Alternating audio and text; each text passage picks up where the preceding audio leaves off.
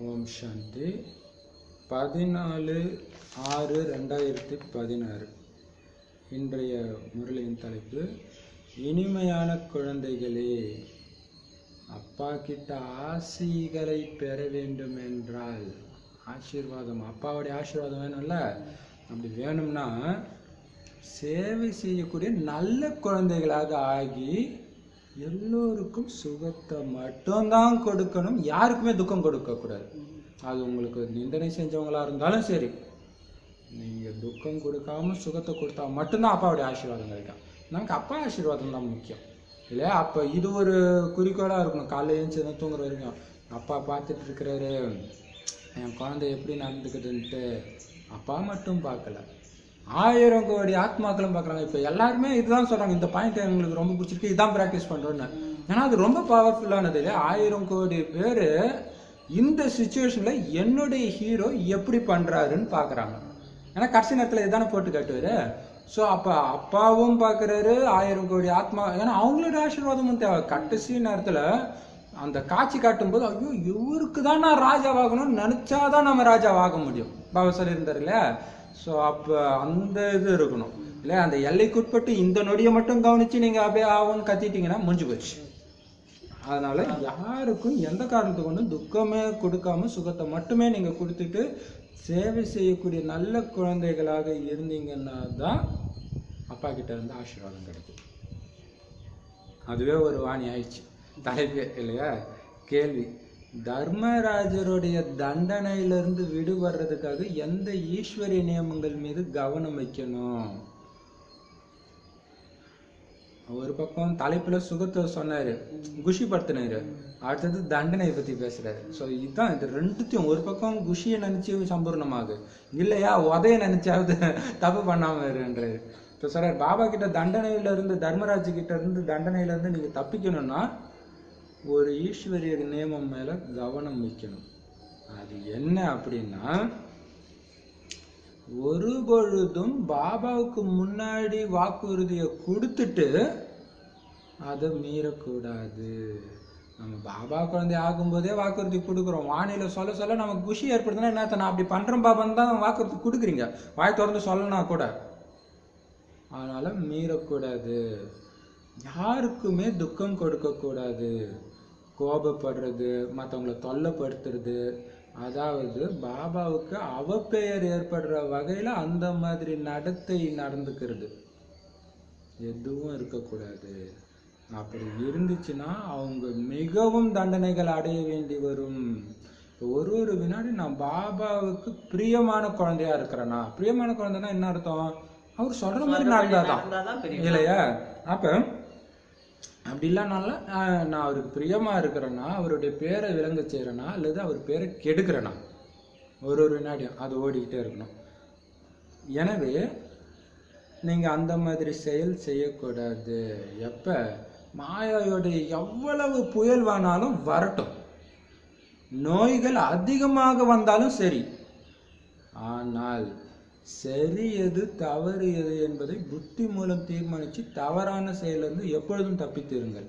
ஏன்னா test paper பயங்கரமாக புயல் வரும்போது பழைய சம்ஸ்காரம் வந்துடும் இல்லையா? அந்த பழைய தவறான நடத்தைகள் வரும். அதுதான் சொல்கிறேன், என்ன வேணாலும் புயல் வரட்டும். அதேமாரி நோய் வருது, சரியாக தூங்கலைன்னா கூட பழைய சம்ஸ்காரம் வந்துடும். ஸோ அப்படி நோய் வரட்டும், நீங்கள் எதிர்பாராத என்ன மாதிரி சூழ்நிலை மாயாவுடைய புயல் வந்தாலும் புத்தினால டக்கு அதான் தீர்மானிக்கிற சக்தி. இது தப்பு. ஆனால் நம்ம அதையும் மீறி பழைய சம்ஸ்காரம் வந்தால் கூட அந்த செகண்டே நமக்கு தெரியும் நம்ம தப்பு பண்ணுறோன்ட்டு, தெரியுது தானே இல்லையா? அதனால புத்தினால உடனடியாக எது தப்பு எது ரைட்டுன்னு தீர்மானித்து தவறான செயலிருந்து எப்பொழுதும் தப்பித்து இருங்கள். ஒரு வினாடியில் நம்ம வாயை பிடிங்கிடுவோம் மாயா, தெரியுமா? மோசமானது. போய் சமைச்சிட்டு இருக்கும்போது தான் எங்கள் அப்பா அந்த டைம் தான் எதனாவது பண்ணுவார், டக்குன்னு ஒரு செகண்ட் அப்படி சல்லுன்னு கத்திடுவோம். ஆனால் ஐயோ டக்குன்னு அதை போய் வந்துடுது இல்லையா? அப்போ அதுதான் தீர்மானிக்க சக்தி கம்மியாக இருக்குது அந்த டைமு. அப்போ இத்தனைக்கும் இந்த பயிற்சி 24 தடவை பயிற்சி பண்ணும்பொழுதும் கூட, ஏன்னா அவர் வந்தா ஏதாவது பண்ணுவாருன்னு நமக்கு தெரியுது. அப்ப அதுக்கேற்ற மாதிரி இந்த டைம் வந்தா நம்ம அந்த இடத்துக்கு போனா அவர் வருவாருன்னு எதிர்பார்க்கிறோம். அப்போ வந்தால் நான் என்ன பண்ணணும்னு முன்னாடியே முன்கூட்டி வச்சிருக்கணும் மைண்டில். அதையும் மைண்டில் ஓட்டிக்கிட்டே இருக்கணும். அப்போ அவங்க வரும்போது நீங்கள் என்ன மைண்டில் வச்சுருக்கீங்களோ அதை நடிச்சு, அவ்வளோதான். ஒன்று கூட மாற்றி நடிக்கக்கூடாது. அப்போ தான் தவறான செயலேருந்து தப்பிச்சு இருப்பீங்க. அப்படி எப்பவுமே தப்பிச்சிடுங்க. சூப்பர் இல்லையா? கேள்வி பதில பாடல். யார் மனவாசலுக்கு வந்தார்? ஓம் சாந்தி. இது மனவாசலுக்கு யார் வந்தாருன்னா லவ்வர் பாடுற மாதிரி இருக்குது இல்லையா? இது சொன்னோன்னே ஒரு ஞாபகம் வந்துச்சு. நேற்று ஒரு சிஸ்டர் ஃபோன் பண்ணாங்க. அவங்க சொல்கிறாங்க, பேர் சொல்ல வேண்டாம் அப்படின்னு சொல்லிட்டே சொன்னாங்க அவங்க. சரி, அவங்க என்ன சொல்கிறாங்கன்னா, எல்லாம் பாபா ஒளிப்புள்ளியாக நினைக்கிறாங்க. ஆனால் பாபா அடிக்கடி சொல்லுறோம், நான் உணர்வுள்ளவன். உங்களை மாதிரி அன்னைக்கு கூட பாபா சொன்னார் இல்லையா, நீங்கள் யார் கூடயோ போகிறத பார்க்க கூட எனக்கு பிடிக்கலன்ட்டு. அப்போ அதான் கோடியில் சிலரால் தான் அவரை புரிஞ்சிக்க முடியும்னா, அப்போ நமக்கே ஒரு மாதிரி இருக்குது டக்குன்னு. என்ன பாபா இப்படி சொல்கிறாரு? அப்போ ஏதோ ஒன்று இருக்குது.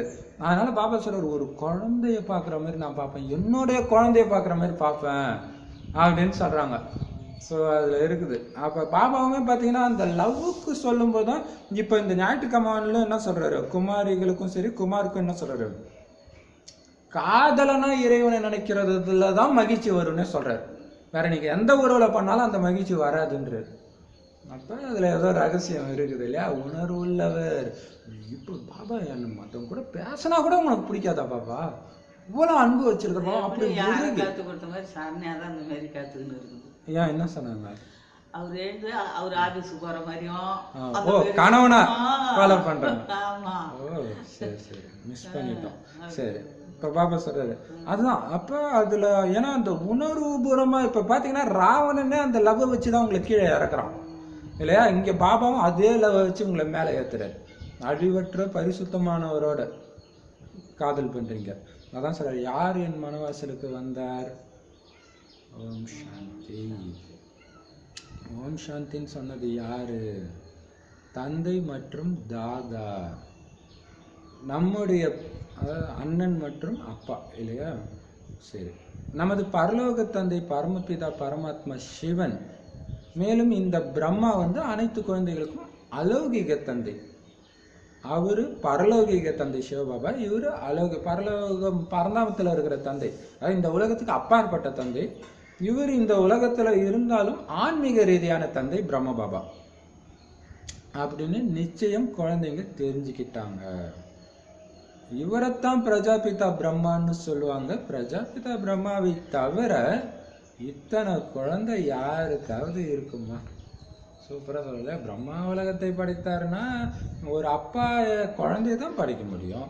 அப்போ பிரம்மா உலகத்தை படித்தாருன்னா முதல்ல குழந்தைய தான் படிக்கிறார். அப்போ இத்தனை குழந்தைங்க இருக்கிறாங்கன்னா அது பிரம்மாவுக்கு மட்டும்தான் இருக்க முடியும். வேற யாருக்காவது இருக்க முடியுமா? முதல்ல இவருக்கும் கிடையாது. எப்போ எல்லை இல்லாத தந்தை இவருக்குள்ள பிரவேசம் செஞ்சாரோ அப்போதான் இவர் அப்பாவாகிறாரு, அவரு தாத்தாவாகிறார். சிவபாபா தாத்தா ஆகிறார் இல்லையா? உங்களுக்கு பரலோக தந்தையின் ஆஸ்தி கிடைக்குதுன்னு இந்த தாதாவே சொல்றாரு. ஆனா இந்த தாதாவுக்கு இங்க பாட்டனார்னு அர்த்தம் போடுறாங்க. தாதானா அண்ணன், தாத்தானும் அர்த்தம் வரும் போல இருக்கு. சரி, இப்ப பாப்பா சொல்றாரு, உங்களுக்கு அந்த பரலோக தந்தை கிட்ட இருந்து தான் ஆஸ்தி கிடைக்குதுன்னு பிரம்ம பாபாவும் தான் சொல்றாரு. பேரன்கள் எப்பவுமே தாத்தாவுடைய வாரிசா தானே இருப்பாங்க. இதுதான் ஒரு பெரிய ஆச்சரியம்ல. தாத்தாவுடைய சொத்து தான், தாத்தாவுடைய சொத்து எந்த குழந்தைக்கு வருதோ அந்த குழந்தை தான் சுகபோகமா இருக்கிறது இல்லையா? அப்பா சம்பாதிச்சு கொடுத்தா அந்த ஒரு நான் கஷ்டப்பட்டு சம்பாதிச்சேனே அப்படின்ட்டு இருக்கும். தாத்தா சொத்து தானே அப்படி இருக்கும் குஷியா. இப்போ பாபா சொல்றாரு, பேரன்கள் எப்பவுமே தாத்தாவுடைய சொத்துக்கு வாரிசு தான். அவங்களுடைய புத்தி யோகம் தாத்தா கிட்ட போகுது, அதாவது பாட்டனாரிடம் செல்கிறது. பாட்டனார்னா தாத்தா தானே. அப்ப ஏன்னா பாட்டனாரின் சொத்துக்கான உரிமை கிடைக்க போகுது. அப்ப தாத்தா மேல குஷி. அந்த காலத்துலலாம் தாத்தா பாட்டினா உயிரை விடுவாங்க. ஏன்னா அந்த அளவுக்கு சொத்தும் இருக்கும், அது போகும், அதுவும் இருந்துச்சு இல்லையா? அதனால ஏன்னா தாத்தாவுடைய சொத்து மேல உரிமை கிடைக்க போகுது. எப்படி ராஜாக்கள் கிட்ட, ராஜ குடும்பத்துல எந்த குழந்தைங்க பிறவி எடுத்துக்கிட்டே இருக்கிறாங்களோ அவங்க மூதாதையரின் சொத்துன்னு தான் சொல்லுவாங்க. பெரியவர்களின் சொத்து மீது அவங்களுக்கு உரிமை இருக்கவே இருக்கிறது. நாம எல்லையில்லாத தந்தை மூலமாக சொர்க்கம் என்ற பெரியதிலும் பெரிய சொத்தை எடுத்து கொண்டிருக்கிறோம். அது ஒன்று சொல்லுவாங்கள்ல, மூதாதையர் காலத்துல இருந்து இருக்கிற சொத்துன்னுவாங்க. தாத்தா சொத்துன்னு சொல்லாம அப்படியே பரம்பரை சொத்துன்னுவாங்க இல்லையா. அப்போ ராஜ குடும்பத்துல பிறக்கிறாங்க அப்படின்னாலும் மூதாதையர் சொத்துக்கு அவர் வாரிசு ஆயிட்டார் இல்லையா. ராஜா குடும்பம் ராஜா ராஜா அப்படியே தானே இருக்கிறாங்க. ராஜா குழந்தை ராஜா, ராஜா குழந்தை ராஜா அப்படியே. ஏன்னா பெரியவர்களுடைய சொத்து மேல அந்த குழந்தைக்கு கண்டிப்பா உரிமை இருக்குது.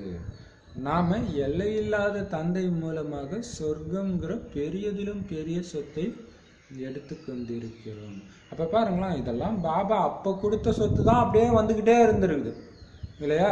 ஏன்னா பணக்கார குடும்பத்தில் பிறகுறது தான், அது நரகத்துல வந்தாலும் அது வந்துகிட்டே இருக்குது. ஆனா எப்ப அந்த சொத்து குறையுதோ, அந்த சொத்து இருக்கிற வரையும் மரியாதை அன்பு எல்லாமே இருக்குது. அந்த சொத்து குறையும் போது தான் பிரச்சனை வருது இல்லையா. குடும்பத்திலே அந்த ஒரு அன்பு இல்லாம எந்திரத்தனமான வாழ்க்கை. அப்ப பாத்தீங்கன்னா அதுக்கும் இதுக்கும் எவ்வளவு லிங்க் இருக்கு பாருங்க. இப்ப பாபா சொல்றாரு, ஆனா ரெண்டுமே, அதாவது இவங்களுடைய குணம் குறையும் போது தான் அது போகுது, அது போகும்போது குணம். ஸோ இது எதுனால எது வருதுன்னு கண்டுபிடிக்க முடியாத மாதிரி ரெண்டும் சமமா நடக்குது. இப்ப பாபா சொல்றாரு, நாம எல்லையில்லாத பாபா மூலமாக சொர்க்கம்ங்கிற மிகப்பெரிய சொத்தை எடுத்துட்டு இருக்கோம். அதை விட பெரிய சொத்து எதுவுமே கிடையாது நமக்கு. பாபா சொல்ற, சொர்க்கத்துல நீங்க அனுபவிக்கிற சுகத்துக்கு எந்த சுகத்தையும் கம்பேர் பண்ண முடியாதுன்ற அந்த மாதிரி சுகம் இல்லையா. பார்த்தா தங்கம், கேட்டா இனிமையான வார்த்தை, அப்படி எல்லாமே ஐம்புலன்களிலும் வெறும் சுகம்தான். அதுக்கு எல்லாத்துக்கும் மேல அதீந்திரிய சுகம் வேற. இப்ப பாபா சொல்றாரு, நமக்கு அந்த தந்தை கற்பித்து கொண்டிருக்கிறார். இப்ப அவர் முன்னாடி நீங்க உட்கார்ந்துட்டு இருக்கிறீங்க. இருந்தாலும் அவர் முன்னாடி உட்கார்ந்துட்டு இருக்கிற அந்த போதை கூட வரிசை கிரமமாக முயற்சிக்கு ஏற்பதான் இருக்குது. எவ்வளவு பெரிய விஷயம். பாபா முன்னாடி உட்கார்ந்து இருக்கிறாருன்ற போதை மதுபன்ல இருக்கும்போது இருக்குது. ஆனா அதுவுமே பாத்தீங்கன்னா வரிசை கிரமமா தான் இருக்குன்ற. ஏன்னா இப்ப இருக்கிறதுக்கு காரணம் நம்ம வருஷத்துக்கு ஒரு தடவை போறோம், ரொம்ப கஷ்டப்பட்டு போறோம், அந்த போதை இருக்குது. ஆனா அப்ப இது பிரம்ம பாபா உடல்ல இருக்கும்போது சொன்ன வாணி. ஸோ கண்டினியூஸா கேட்குறவங்க, அப்ப அவங்களுக்கு அந்த போதை இருக்கு கண்டினியூஸா. இப்ப இங்க வரும்போது ஐயோ பகவானுடைய வாக்கியத்தை கேட்க வரும், அந்த குஷி எல்லாருக்கும் இருக்கான்னு சொல்ல முடியாது இல்லையா. அப்படி சொன்னா டைம் பார்ப்பாங்களா டக்குனா இல்லையா. அப்ப பாபா சொல்றாரு, அப்ப மதுபன்ல யாரும் டைம் பார்க்க மாட்டாங்க. 10 மணி ஆகும் அப்பயும் இருப்பாங்க. அதுக்கு 3 மணில இருந்தே உட்கார்ந்துன்னு இருப்பாங்க. கிட்டத்தட்ட 10 மணி நேரம் கிட்ட அங்க 8 மணி நேரமாவது உட்கார்ந்துன்னு இருக்கிறாங்க.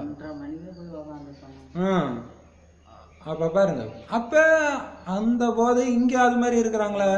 கிடையாது. இப்ப பாபா சொல்றாரு, இப்ப நீங்க பாபா முன்னாடி உட்கார்ந்துட்டு இருக்கிற போதை ஒரு சிலருடைய இதயத்துலதான் மிகுந்த அன்பு இருக்கும், எல்லார்கிட்டையும் அது இருக்கும்னு சொல்ல முடியாதுன்றது. இந்த சாக்கார தாய் தந்தை மூலமாக நாம உயர்ந்ததிலும் உயர்ந்த பகவானுக்கு வாரிசு ஆகிறோம். மம்மா பாபா சொல்றாரு இல்லையா. ஸோ அவங்க மூலமாக பகவானுக்கு வாரிசு ஆகிறோம். எல்லையில்லாத தந்தை. இதுல பாருங்க, பக்திக்கும் இதுக்கும் பாத்தீங்கன்னா எவ்வளவு டிஃபரன்ஸ் பாருங்க. பக்தியில பூசாரி மூலமாக இறைவனை தெரிஞ்சுக்கணும் அப்படின்னு நினைக்கிறாங்க, குரு மூலமாக. இங்க பிரம்மா மூலமாக நாம பாபா தெரிஞ்சுக்கிறோம். ஆனா ரெண்டுத்துக்கும் என்ன வித்தியாசம்? குரு பேசுறாரு அங்க, இங்க கடவுள் பேசுறாரு. பிரம்மா வாய் வழியா பயன்படுத்தி, அதுதான் வித்தியாசம். இப்ப பாபா சொல்றாரு, எல்லையில்லாத தந்தை மிகவும் இனிமையானவர். அவரை மாதிரி இனிமையான பொருள் உலகத்துல கிடையவே கிடையாதுன்ற இல்லையா. அப்ப எவ்வளவு பெரிய விஷயம். நேற்று கூட ஏதோ சொன்னார், என்னது இனிமையான தந்தையை நினைவு செய்யுங்க. மிக இனிமையான தந்தையா இல்ல. சரி, இனிமையான செல்ல குழந்தை மிக அன்பான தந்தையை நினைவு செய்யுங்க. சரி, எவ்வளவு ஆழமா பதியுதுல்ல. ஒரு பக்கம் அதுவும் சொன்னார், இன்னொரு பக்கம் மூஞ்சி திருப்பிக்குங்க இந்த பழைய உலகத்துல இருந்து. ஏன்னா பழைய உலக பக்கம் மூஞ்சி இருந்துச்சுன்னா பாபா நினைக்க கூடாது. ஸோ அதுதான் அந்த ரகசியம். இப்போ பாபா சொல்றாரு, எல்லை இல்லாத தந்தை மிகவும் இனிமையானவர். அவர் நம்மை ராஜ் இன்னொரு விஷயம் நேற்று ஜுவாலாமுகியில் எடுக்கும்போது ஒரு சூப்பர் பாயிண்ட் சொன்னார். எப்படின்னா அப்படியே எந்த ஆதாரமும் இருக்கக்கூடாதான், அப்படி இருக்கணுமா. சிவபாபாவுக்கு நிகரான நிலை அந்த நம்ம பண்ணுறோம்ல நிராகார பயிற்சி, ஃபரிஸ்தா பயிற்சி, 2 பயிற்சியுமே எந்த ஆதாரமும் இல்லாமல் இருக்கிறதாம். எப்படி பூமி எது மேலேயாவது உட்காந்துட்டு இருக்கா, நட்சத்திரம் இருக்கா, அந்த மாதிரி இருப்பாங்களாம் அவங்க. ஸோ அழியக்கூடிய ஆதாரத்தை தேடிலாம் போயிட்டு இருக்க மாட்டாங்களாம். அப்போ அந்த ஒருவர் மேல் உள்ள நம்பிக்கை நிச்சயப்படுத்தி அப்போ தான் அந்த குஷியாக இருக்க முடியும். இப்போ பாபா சொல்கிறது,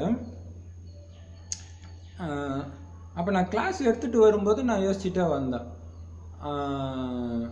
எல்லாரும் பார்த்தீங்கன்னா ஏன் கல்யாணம் பண்ணுறாங்க, ஏன் குழந்தை பெற்றுக்கிறாங்க, நாளைக்கு நம்ம தனியாக ஆகிடுவோமோ அந்த ஒரு பயம் இருந்துக்கிட்டே இருக்குது இல்லையா. அப்போ அப்படி பண்ணுறாங்க. ஆனால் அதெல்லாம் பண்ணால் கூட அதுக்கப்புறம் இவங்களுக்கு தான் கஷ்டம் அதிகம். இவங்கள பார்த்துக்கணும், அவங்கள பார்த்துக்கணும், அவங்க நம்மளை பார்த்துக்கலாம்னு நினச்சிட்டு இவங்க பண்ணால் கஷ்டம் இவங்க அவங்கள பார்த்துக்கிற மாதிரி வந்துடுது. ஆனால் ஒரு ஆணோ ஒரு பெரும்பாலும் ஆண்கள் தான் கல்யாணம் பண்ணாமல் இருந்திருக்கிறாங்க அஞ்ஞானத்தில் இல்லையா. அப்போ கல்யாணம் பண்ணாமலே இருக்கிறாங்க அப்படின்னா அவர் ஜாலியாக தான் இருப்பார். இறந்ததுக்கப்புறம் அந்த சொத்து எங்கேயோ போயிடும். அப்போ எல்லாம் ஊரில் என்ன பேசிட்டோம், ஆனால் அது எப்படி சொத்துன்னு இது ஏதோ கேட்கறதுக்கு நல்லா இருக்கிற மாதிரி இருக்கும். ஆனால் இதில் காமெடி என்னன்னா, இறந்ததுக்கப்புறம் யார்கிட்ட சொத்து போனால் அவருக்கு என்ன, இருக்கிற வரைக்கும் அவர் ஜாலியாக தான் இருந்தார் இல்லையா. அவரு வரல. அப்போ இவங்க பாரு அவரை உதாரணம் காட்டுவாங்க, பாரு அவர் அப்படி போயிட்டாரு அப்படின்னு சொல்லி இங்கே கல்யாணம் பண்ணியிருப்பேன். அவர் இருக்கிற வரைக்கும் குஷியாக தானே இருந்தார். போனதுக்கப்புறம் எப்படியும் தான் போக போகுது. அப்போ அது போக போகுதுன்ற கவலை கூட இல்லாமல் இருந்தாருன்னா அதுதான் உண்மையான வாழ்க்கை, சூப்பரான வாழ்க்கை இல்லையா. ஆனால் அவருக்கு கவலை இருந்திருக்கும், ஏன்னா இறைவனுடைய ஞானம் கிடைக்கல. ஆனால் இப்போ இறைவன்கிட்ட கொடுத்து அது திரும்ப வருது நமக்குன்னா இது எவ்வளோ பெரிய விஷயம் இல்லையா. இருக்கும்போதே அவர்கிட்ட கொடுத்துட்றோம், அதான் பெரிய விஷயம். இப்போ பாபா சொல்றாரு, அவர் நம்மள ராஜ்யத்துக்கு தகுதியுடையவர்களாக மாத்துறாரு. மாயை என்ன பண்ணிடுது, முற்றிலுமே தகுதியற்றவராக உங்களை மாத்திடுது. அதான் மாயாவுடைய வேலை. அது வேலையை அது பெர்ஃபெக்டாக பண்ணுது.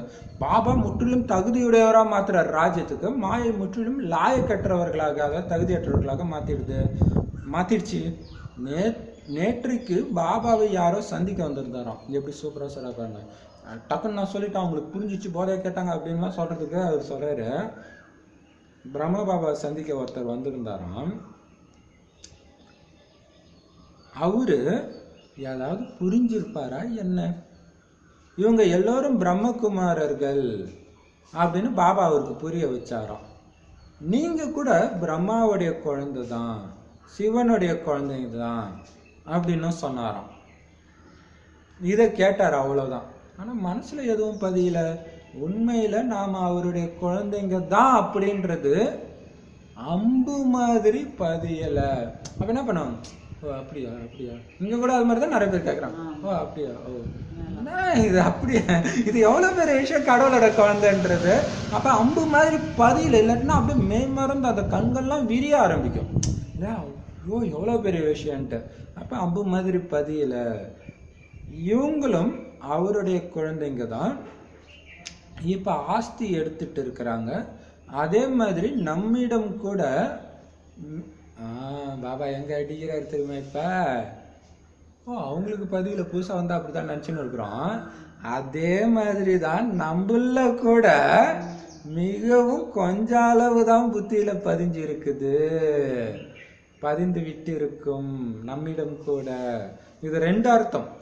நம்மளும் ஆரம்பத்தில் வரும்போது இப்படி தான் பதிஞ்சிருக்கும், கொஞ்சம் தான் இல்லையா, அது கரெக்ட் தானே. எடுத்த உடனே அப்படியே அந்த போதை வந்திருக்காது, என்னமோ அப்படின்னு பதிஞ்சிருக்கும். இன்னொன்று இப்போ சொல்ல போகிறாரு பாருங்க, பயங்கரமாக இருக்கும். குழந்தைங்க கூட ஒரு சிலர் இருக்கிறாங்க, எப்படி இருக்கிறாங்கன்னா அந்த குஷி அந்த பெருமிதம் அவங்க முகத்துல தெரியல. இறைவன் கற்றுக் கொடுக்குறாரு, இறைவனுடைய சொத்து அடைஞ்சிட்டு இருக்கிறோம், அந்த சொத்தை எப்படி பராமரிக்கிறதுன்னு பாபா ட்ரைனிங் கொடுக்குறாருன்றது தெரியல. இப்போ ஒரு பெரிய கம்பெனியில் சேர்றாங்கன்னு வச்சுக்கோங்களேன், அவ்வளோ குஷி அவருக்கு. உடனே ஃபோன் பண்ணி எல்லாருக்கும் சொல்லுவார், பெரியம்மா சித்தப்பா சித்தி எனக்கு அந்த இடத்துல வேலை, ஓ அதுலேயே அப்போ கிடச்சிது, ஐயோ சூப்பர். ஆனால் அப்ரண்டிஸ் தான், ஒரு 3 மாதம் கழிச்சு தான் கன்ஃபார்ம், சில சமயம் 1 வருஷம் கழிச்சு கூட. அதுக்கே அவ்வளோ குஷி. இங்கே நாராயணன் ஆகிறதுக்கு ட்ரைனிங்கு குஷி இருக்குதா தெரியல. அப்போ பாபா சொல்றார், உங்களுக்குமே கூட அது அம்பு மாதிரி பதியலை. எங்க இருந்து பாபா எப்படி நாசுக்கா நாம கூட பிரம்ம பாபா புரிய வச்சே பதியிலப்புல இருக்குது, அப்ப நாம எப்படி அப்படி நினைக்கலாம். ஆனா அவர் எதுக்கு அதை சொல்ல வர்றாரு பாருங்க அடுத்தது. அதான் புத்திவானுக்கெல்லாம் புத்திவான் இல்லையா. அந்த குஷி பெருமிதம் யாருமே எதிர்பார்த்தே இருந்திருக்க மாட்டாங்க இல்லையா. அந்த குஷி போதை இல்ல, உள்ளுக்குள்ள மிகுந்த குஷியோடைய அளவு ஏறி இருக்கணும். அப்ப ஒரு வினாடி நான் என்ன பண்ணிட்டு இருக்கிறேன், சொத்து அடைஞ்சிட்டு இருக்கிறேன், தூக்கம் வரலாமா அந்த சேவை செய்யும் போதும் சரி, மனசா சேவை செய்யும் போதும் இல்லையா. அந்த போது ஏன்னா இப்ப ஒரு நைட்டெல்லாம் ஒரு கடை போடுறாங்க விசேஷத்தை அப்பனா தூங்குவாங்களா அவங்க, பாத்ரூம் கூட போக மாட்டாங்கன்றாங்க. ஏன்னா அந்த நேரத்துல அவ்வளவு வியாபாரம் ஆயிடுமா. அப்ப இது என்ன மாதிரி வியாபாரம். அப்ப உங்களுக்கு உள்ளுக்குள்ள அந்த அளவுக்கு குஷி அளவு ஏறி இருக்கணும். ஏறி இருந்தாதான் அது பதிஞ்சு இருக்குன்னு அர்த்தம். அது முழுவதும் முகத்திலும் வந்துடுது. குஷி உள்ள இருந்தா ஆட்டோமேட்டிக்கா முகம் தான் சொல்லுவாங்க இல்லையா, அஞ்ஞானத்திலே முகம் தான் மனதை பிரதிபலிக்கும் கண்ணாடின்னு, அது முகத்திலும் ஃபுல்லா வந்துடுது. அதனாலதான் பாபா அந்த குஷி யாரும் முகம் ஜொலிக்க ஆரம்பிக்குதுன்றாரு. அதுதான் அந்த போதை. இப்ப மணமகள்களாகிய உங்களுக்கு பாபாவுக்கு பிடிச்ச உறவு அது மணமகள்கள்ன்றது இல்லையா. மகள்களாகிய உங்களுக்கு ஞானத்தின் அலங்காரம் ஆகி கொண்டிருக்கிறது. அந்த மணமகனுக்கு நாம் மணமகள்கள் ஆவோம்னு நீங்க இப்ப புரிஞ்சுக்கிறீங்க. ரொம்ப அப்படியே நிறைய உதாரணம் கொடுத்து பயங்கரமா அடிக்கிறாரு பாப்பா. இன்னைக்கு வித்தியாசமா அடிக்கிறாரு. அடுத்தது ஒரு கதை சொல்றாரு பாருங்க. மணமகள் நீங்க உங்களுக்கு நான் ஞானத்தோடைய அலங்காரம் பண்ணிட்டு இருக்கிறேன், மணமகள்னு நீங்களும் புரிஞ்சுக்கிறீங்க. ஆனால் ஒரு கதை சொல்றாரு. ஒரு உழவர் வேலை செய்யும் ஒரு பெண்ணின் கதை இருக்குது தானே. ஒரு ராஜா விவசாயம் செய்யற பொண்ணு அழகா இருக்குதுன்னு கல்யாணம் பண்ணி கூப்பிட்டு வந்து,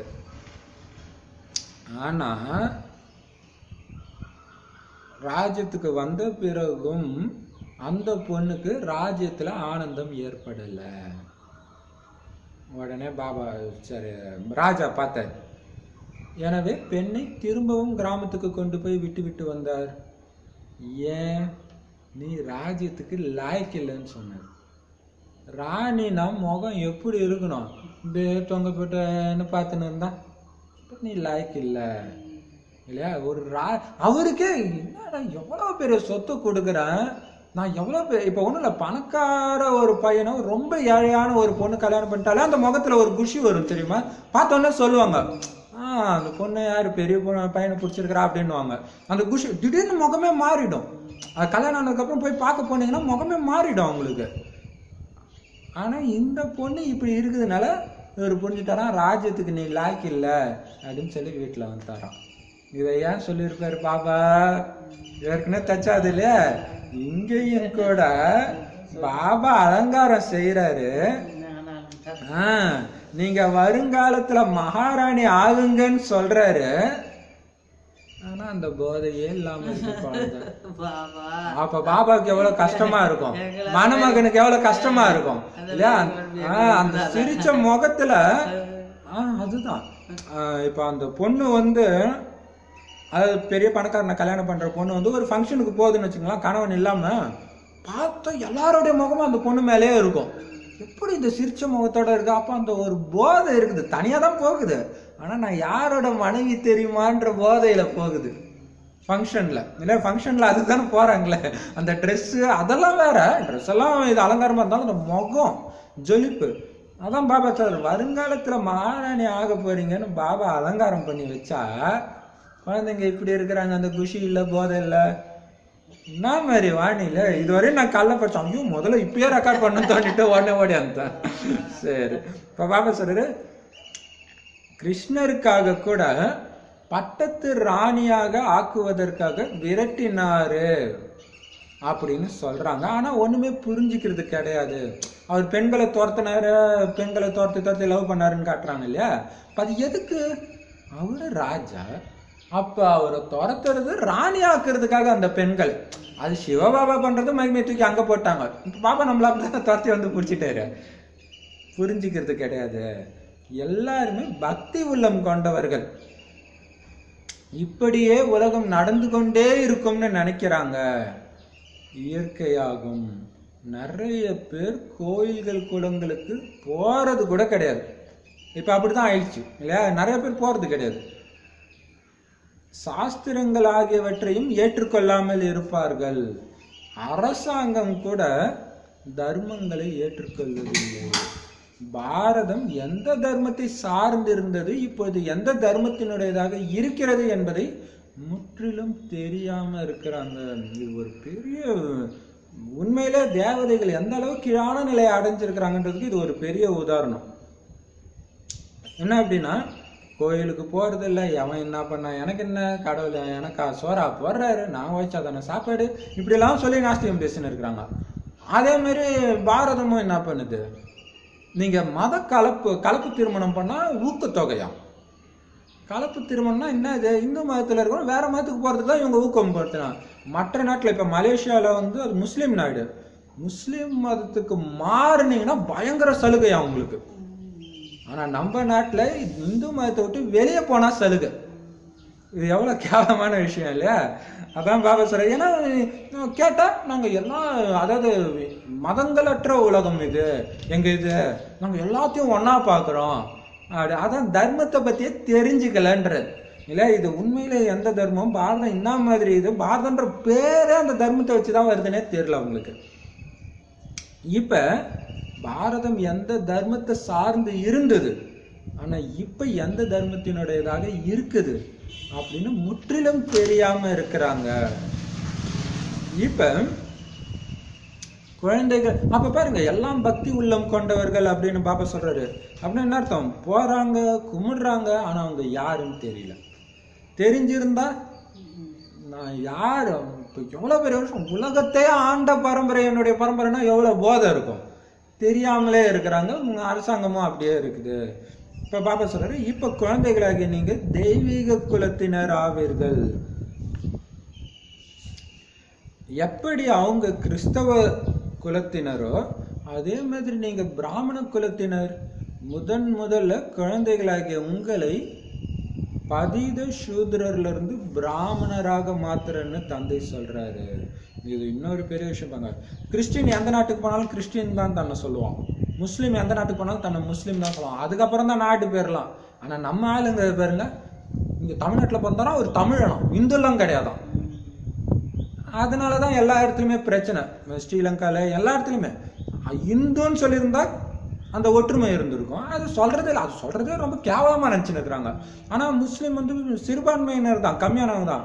ஆனா அவங்களுக்கு ஒண்ணுன்னா டக்குன்னு கூடிடுறாங்க முஸ்லீம் அப்படின்ட்டு. இங்க அப்படி கிடையாது.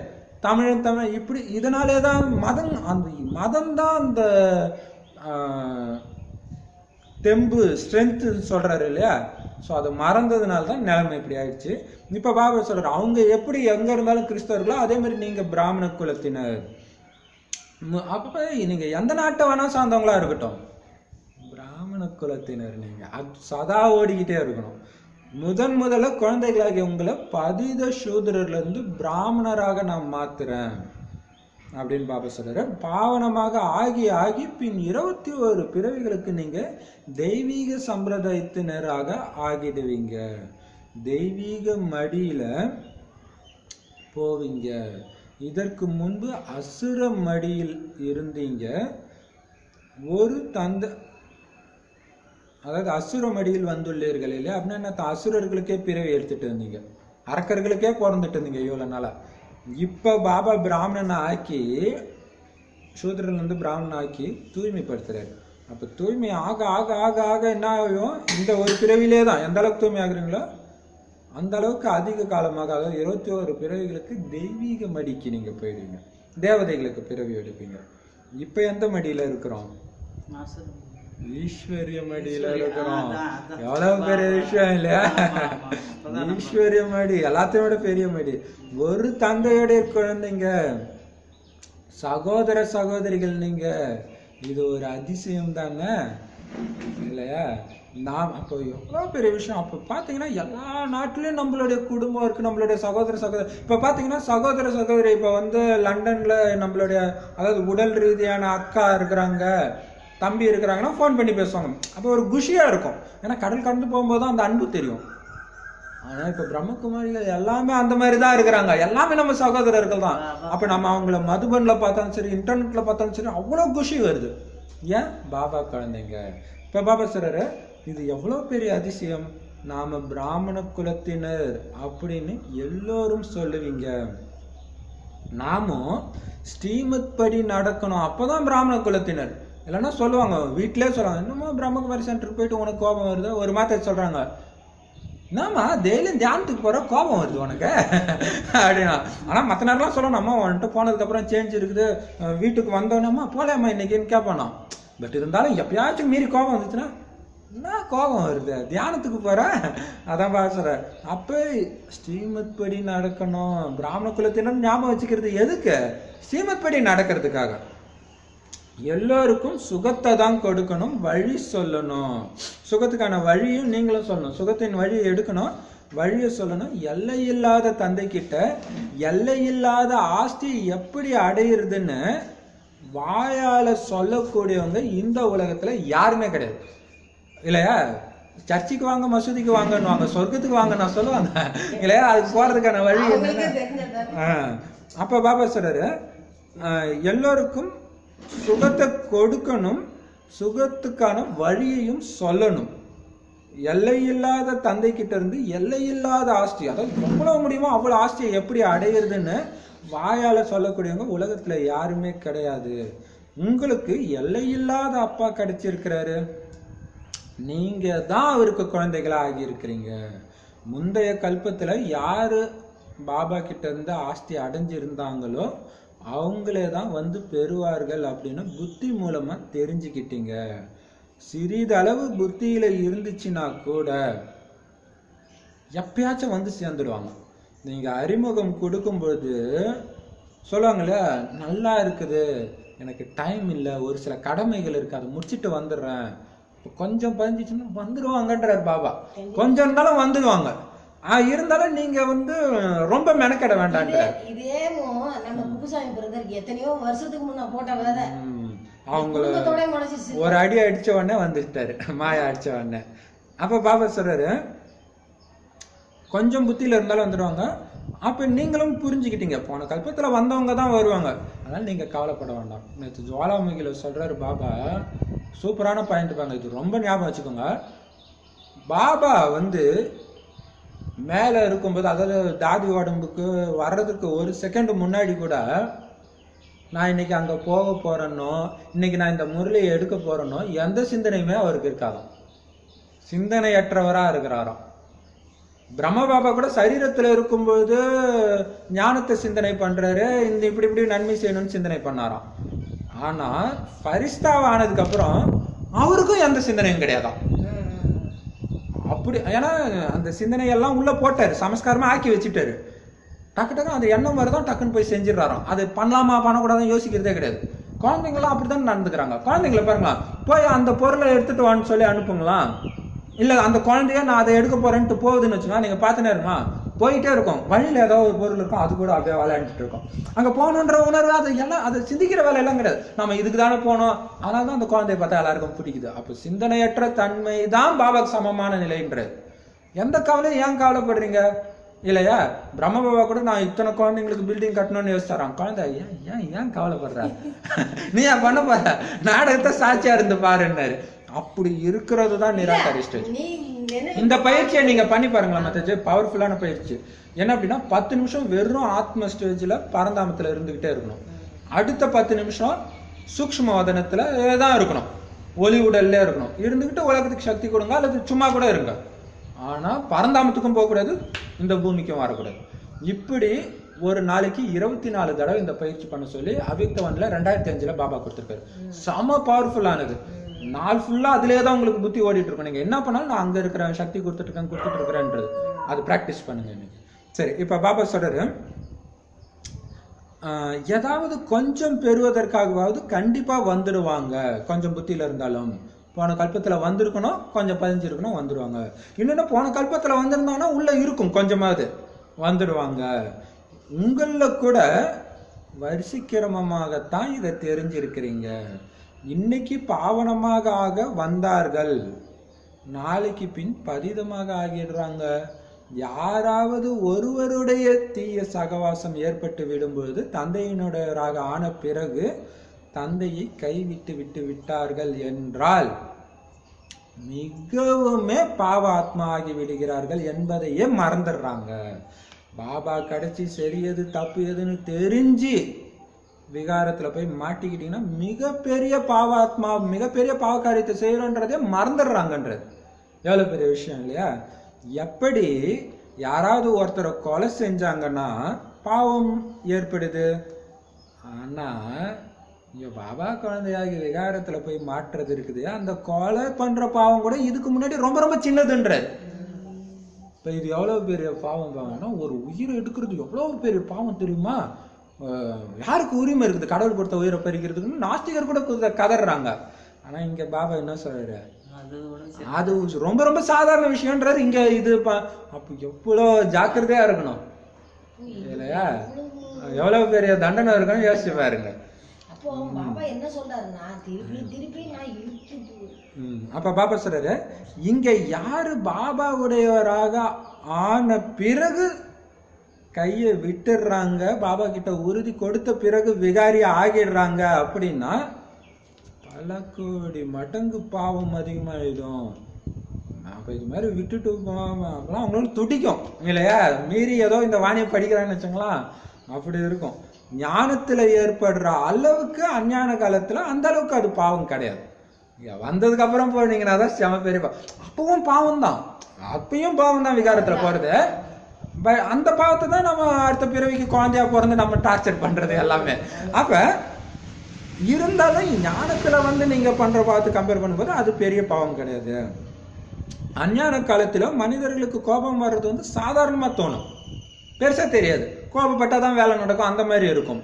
ஆனா இங்க நீங்க யார் மேலேயாவது கோபப்பட்டீங்கன்னா 100 மடங்கு தண்டனை ஆகிடுது.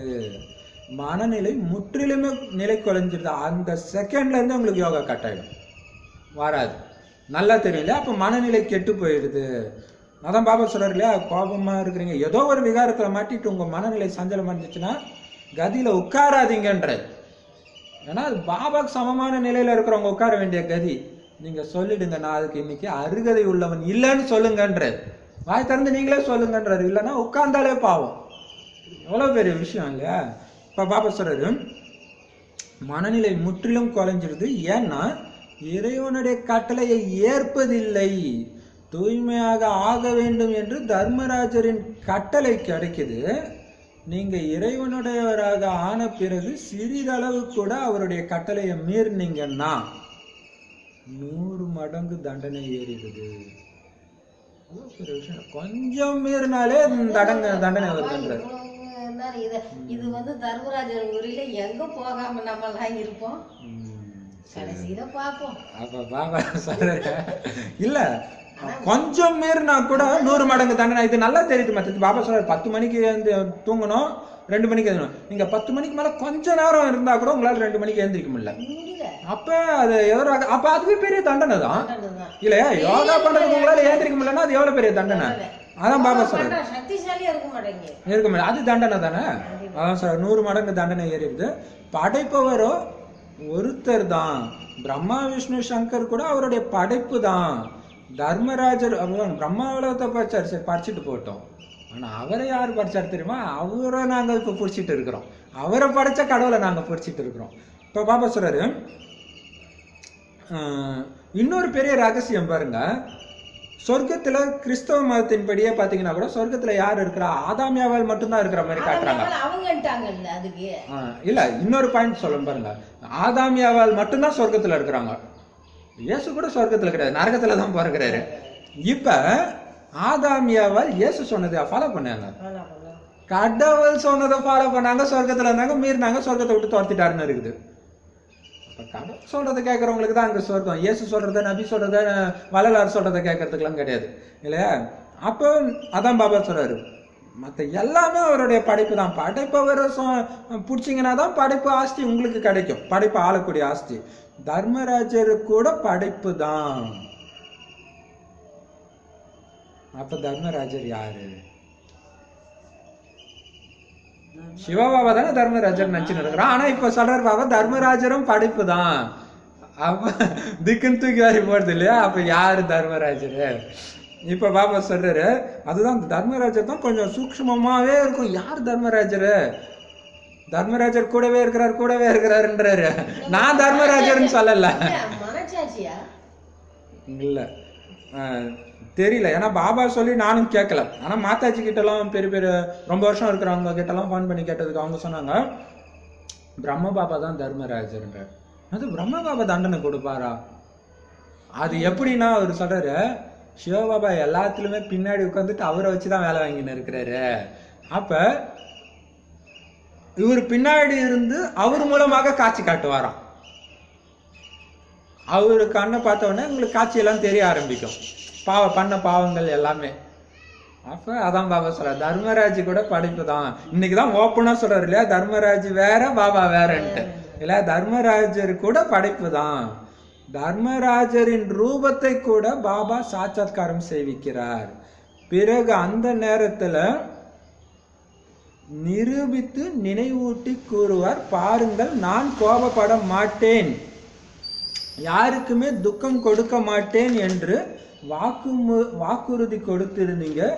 பிறகும் நீங்கள் இவருக்கு துக்கம் கொடுத்தீங்க, துன்பம் படுத்தினீர்கள் என்று காட்சி கிடைக்கும் கடைசியில. அப்ப மதுபன்ல பாபா மீட்ல உட்காந்துன்னு இருக்கும்போது சென்டர்ல பாபா மீட்ல இருக்கும்போது பாபா கையை தூக்குன்ற குடுகுடுன்னு குஷியில தூக்குறீங்கல்ல, தூக்கிட்டு நீங்க அது மீறி நடந்ததுக்கெல்லாம் எவ்வளவு பெரிய தண்டனை கிடைக்கும். பாபா சொல்லியே இருக்கிறாரு, கையை தூக்குனீங்களா பாடம் பொறிச்சாச்சு, அப்ப திக்குன்னு தூக்காரி போடும் இல்லையா. அப்ப அதுக்கே எவ்வளவு பெரிய தண்டனை இருக்குது. இப்ப பாபா சொல்றாரு அதுதான். அப்ப நீங்க பாபா நான் இன்னைக்கு கோபமே பட மாட்டேன் பாபா, அப்படி போதையில அமிர்த வேலை சொன்னீங்கல்ல அதையும் காட்டுவாரு, அன்னைக்கே கோவப்பட்டதையும் காட்டுவாரு. ஏன்னா அமிர்த வேலை நீங்க என்ன வாக்குறுதி கொடுக்குறீங்களோ அதுக்கான டெஸ்ட் பேப்பர் அன்னைக்கு வந்தே தீரும். அப்போ அந்த என்ன வாக்குறுதி கொடுத்தீங்களோ அதை ஞாபகம் வச்சுக்கிட்டே இருக்கணும், இல்லைன்னா ஆப்பு தான். பாபா பாருங்க தர்மராஜரின் ரூபம் எப்படி இருக்குன்னா பாபா சாட்சாத்காரம் செய்ய வைக்கிறாரு. பிறகு நீங்கள் இவருக்கு துக்கம் கொடுத்தீங்க, துன்பப்படுத்தினீங்க அப்படின்னு சொல்லுவாரு. இப்ப வாங்குங்கள் தண்டனை அப்படின்னு சொல்லுவாராம். பண்ணல இப்ப தண்டனை அனுபவி, அப்படியே கண்ணு முன்னாடி இப்ப அந்த ஸ்டேஜ்ல இருக்கிற மாதிரி இருக்குல்ல. துடிப்போம், கதறுவோம், ஐயோ இப்படி பண்ணிட்டுமே. சாட்சாத்காரம் அதாவது காட்சி காமிக்காம தண்டனை கொடுக்க மாட்டார். இது பாத்தீங்கன்னா ஒரு முஸ்லிம் ஆத்மா பட விளக்க காட்சியில எனக்கு ரொம்ப ஆச்சரியமா இருந்துச்சு. அவர் கேட்டாரு, ஃபர்ஸ்ட் ஒரு பட விளக்கம் எடுத்து முடிச்சுட்டேன், கேட்டுட்டே வந்தாரு. அடுத்த ரவுண்டு வேற ஒருத்தங்களுக்கு எடுக்கிறோம், மறுபடியும் கேட்கிறாரு, மறுபடியும் கேட்கிறாரு, 3 தடவை கேட்கிறாரு. அப்புறம் போய் அவங்க வீட்டு பெண்களை எல்லாம் கூப்பிட்டு கேட்க வைக்கிறாரு. என்ன மாதிரி தேவதை ஆத்மா பாருங்க. அப்ப கேள்வி கேட்கிறாரு, அவர் எப்படி இதெல்லாம் சொல்லாம எப்படி தண்டனை கொடுப்பாரு, எல்லாத்தையும் கேட்டு தானே கொடுப்பாரு.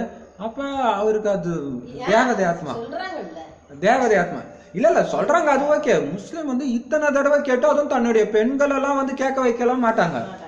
என்ன மாதிரி தேவதை ஆத்மா இல்லையா. அதே மாதிரி இன்னொரு ஆத்மா பர்தா போட்டு அவங்களும் ஆவலா கேட்குறாங்க, சொல்றாங்க கேட்டு முடிச்சுட்டு, பிரதர் நான் இந்து தான், கல்யாணத்துக்காக மதம் மாறி இருக்கிறேன். அப்ப அது உள்ள இருக்குது இல்லையா. இப்ப பாபா சொல்றாரு அத்தாட்சி வேணும் இல்லையா. ஏன்னா பாபா எதுக்குமே காரணம் காட்டாம உத கொடுக்க மாட்டாரு. ஸோ அத்தாட்சிக்கு தான் இங்க படம் பிடிக்கிற வேலை நடந்துன்னு இருக்குது இல்லையா. பாபா சொல்றாரு இப்போ ஒவ்வொருத்தர் முன்னாடியும் கேமரா இருக்குது, ரெக்கார்ட் ஆகிட்டே இருக்குதுன்றாரு. பயங்கரமான வாணி இது. உண்மையில நான் தந்தையை விட்டுட்டு இந்த தீய செயல் செஞ்சேன்னு அவங்களும் புரிஞ்சிருப்பாங்க. அப்ப இந்த 24 தடவை பண்றதை நீங்க ஃபுல்லா முடிக்கிறதுக்கு ஒரு நாள் ஃபுல்லா ஆயிடும். நீங்க ட்ரை பண்ணிக்கிட்டே இருப்பீங்க, அந்த பக்காவான நிலை வர்றதுக்கு கொஞ்சம் நேரம் ஆயிடும், 10 நிமிஷம் தான், அதை நினைக்கிறதுக்கே 1/2 மணி நேரம் ஆயிடும். அப்ப நாள் ஃபுல்லா இதே உங்களுடைய சிந்தனையில இருக்கும்போது மற்ற எண்ணங்கள் நீங்க நினைச்சாலும் வராது. மாயா என்ன வந்தாலும் நீங்க விழணும்னு நினைச்சாலும் விழ மாட்டீங்க. ஸோ பவர்ஃபுல்லானது, ரொம்ப சிம்பிளா தான் இருக்கும், ஆனா ரொம்ப பவர்ஃபுல்லானது. இன்னைக்கு பண்ணி பாருங்க. இப்ப பாபா சொல்றாரு அவங்களே புரிஞ்சுக்காங்க, ஆமா நான் பாபா கையை விட்டுட்டேனே. இன்னொன்னு என்னன்னா எல்லாருடைய காட்சியும் எல்லாரும் முன்னாடியும் தெரியும். இன்னொருத்தருடைய காட்சி பார்க்கும்போதே நமக்கு திக்கு திக்குன்னு இருக்கும், இவருக்கே அந்த தண்டனையா, அப்ப நமக்கு என்ன தண்டனை கிடைக்கும்னு தோண ஆரம்பிச்சிடும். இப்ப பாபா சொல்றாரு எல்லாரும் காட்சியும் பாபா பார்க்க வச்சாருன்னா எல்லாரும் பாப்பாங்கல்ல. அதான் தண்டனை.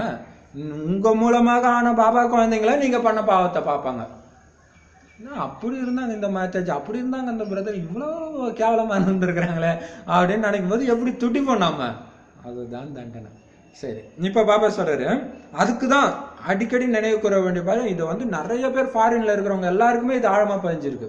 1000 கோடி ஆத்மாக்களுக்கு முன்னாடி நான் ஹீரோ பாட்டு நடிச்சிட்டு இருக்கேன்னு சதா ஞாபகம் ஓடிட்டு இருக்கணும். இந்த சிச்சுவேஷன்ல என்னுடைய ஹீரோ எப்படி பண்றாருன்னு பார்க்கணும்னு ஆவலா இருப்பாங்க கடைசி நேரத்துல. அதுல நீங்க ஜெயிக்கிறத வச்சு இவங்களுக்கு தான் நான் ராஜாவாக்கணும்னு அவங்க நினைக்கிறது தான் நீங்க ராஜாவாக்குறது. உங்களை ஆக்குறதே அஞ்ஞானிகளும் பக்தர்களும் பிரஜைகளும் தான். இப்ப பாபா சொல்றாரு அதுதான் எல்லாருக்கும் பிரியமானவர்களா நான் இருக்கிறேன்னா அது இருந்துகிட்டே இருக்கணும். நிறைய அவப்பெயர் விளைவிப்பதனால் நிறைய பேர்கள் மீது ஆபத்து வந்து விடுது. எத்தனை அபலைகள் பந்தனத்துல வந்துடுறாங்க. எல்லா தண்டனைகளும் அவப்பெயர் விளைவித்தவர்கள் மீது வந்து விடுகிறது. இது பெரிய பயங்கரமானது. ஒரு பாபா குழந்தை ரொம்ப பக்காவா இருக்கும்போது அவங்கள ஒருத்தங்க தேடி போய் அவங்கள விகாரத்துல விழ வைக்கிறாங்கன்னா அது மிகப்பெரிய பாவன்றது. எவ்வளவு பெரிய விஷயம் இல்லையா? கணவன் மனைவி ஆகட்டும் அல்லது குமார் கன்யாவா கூட இருக்கட்டும். அப்ப பாருங்க, யாரு பாபா பேரை கலங்கப்படுத்துற வேலையை அவங்கள செய்ய வைக்கிறாங்களோ அவ பெயர் விளைவித்தவர்கள் மேல வந்துடுது.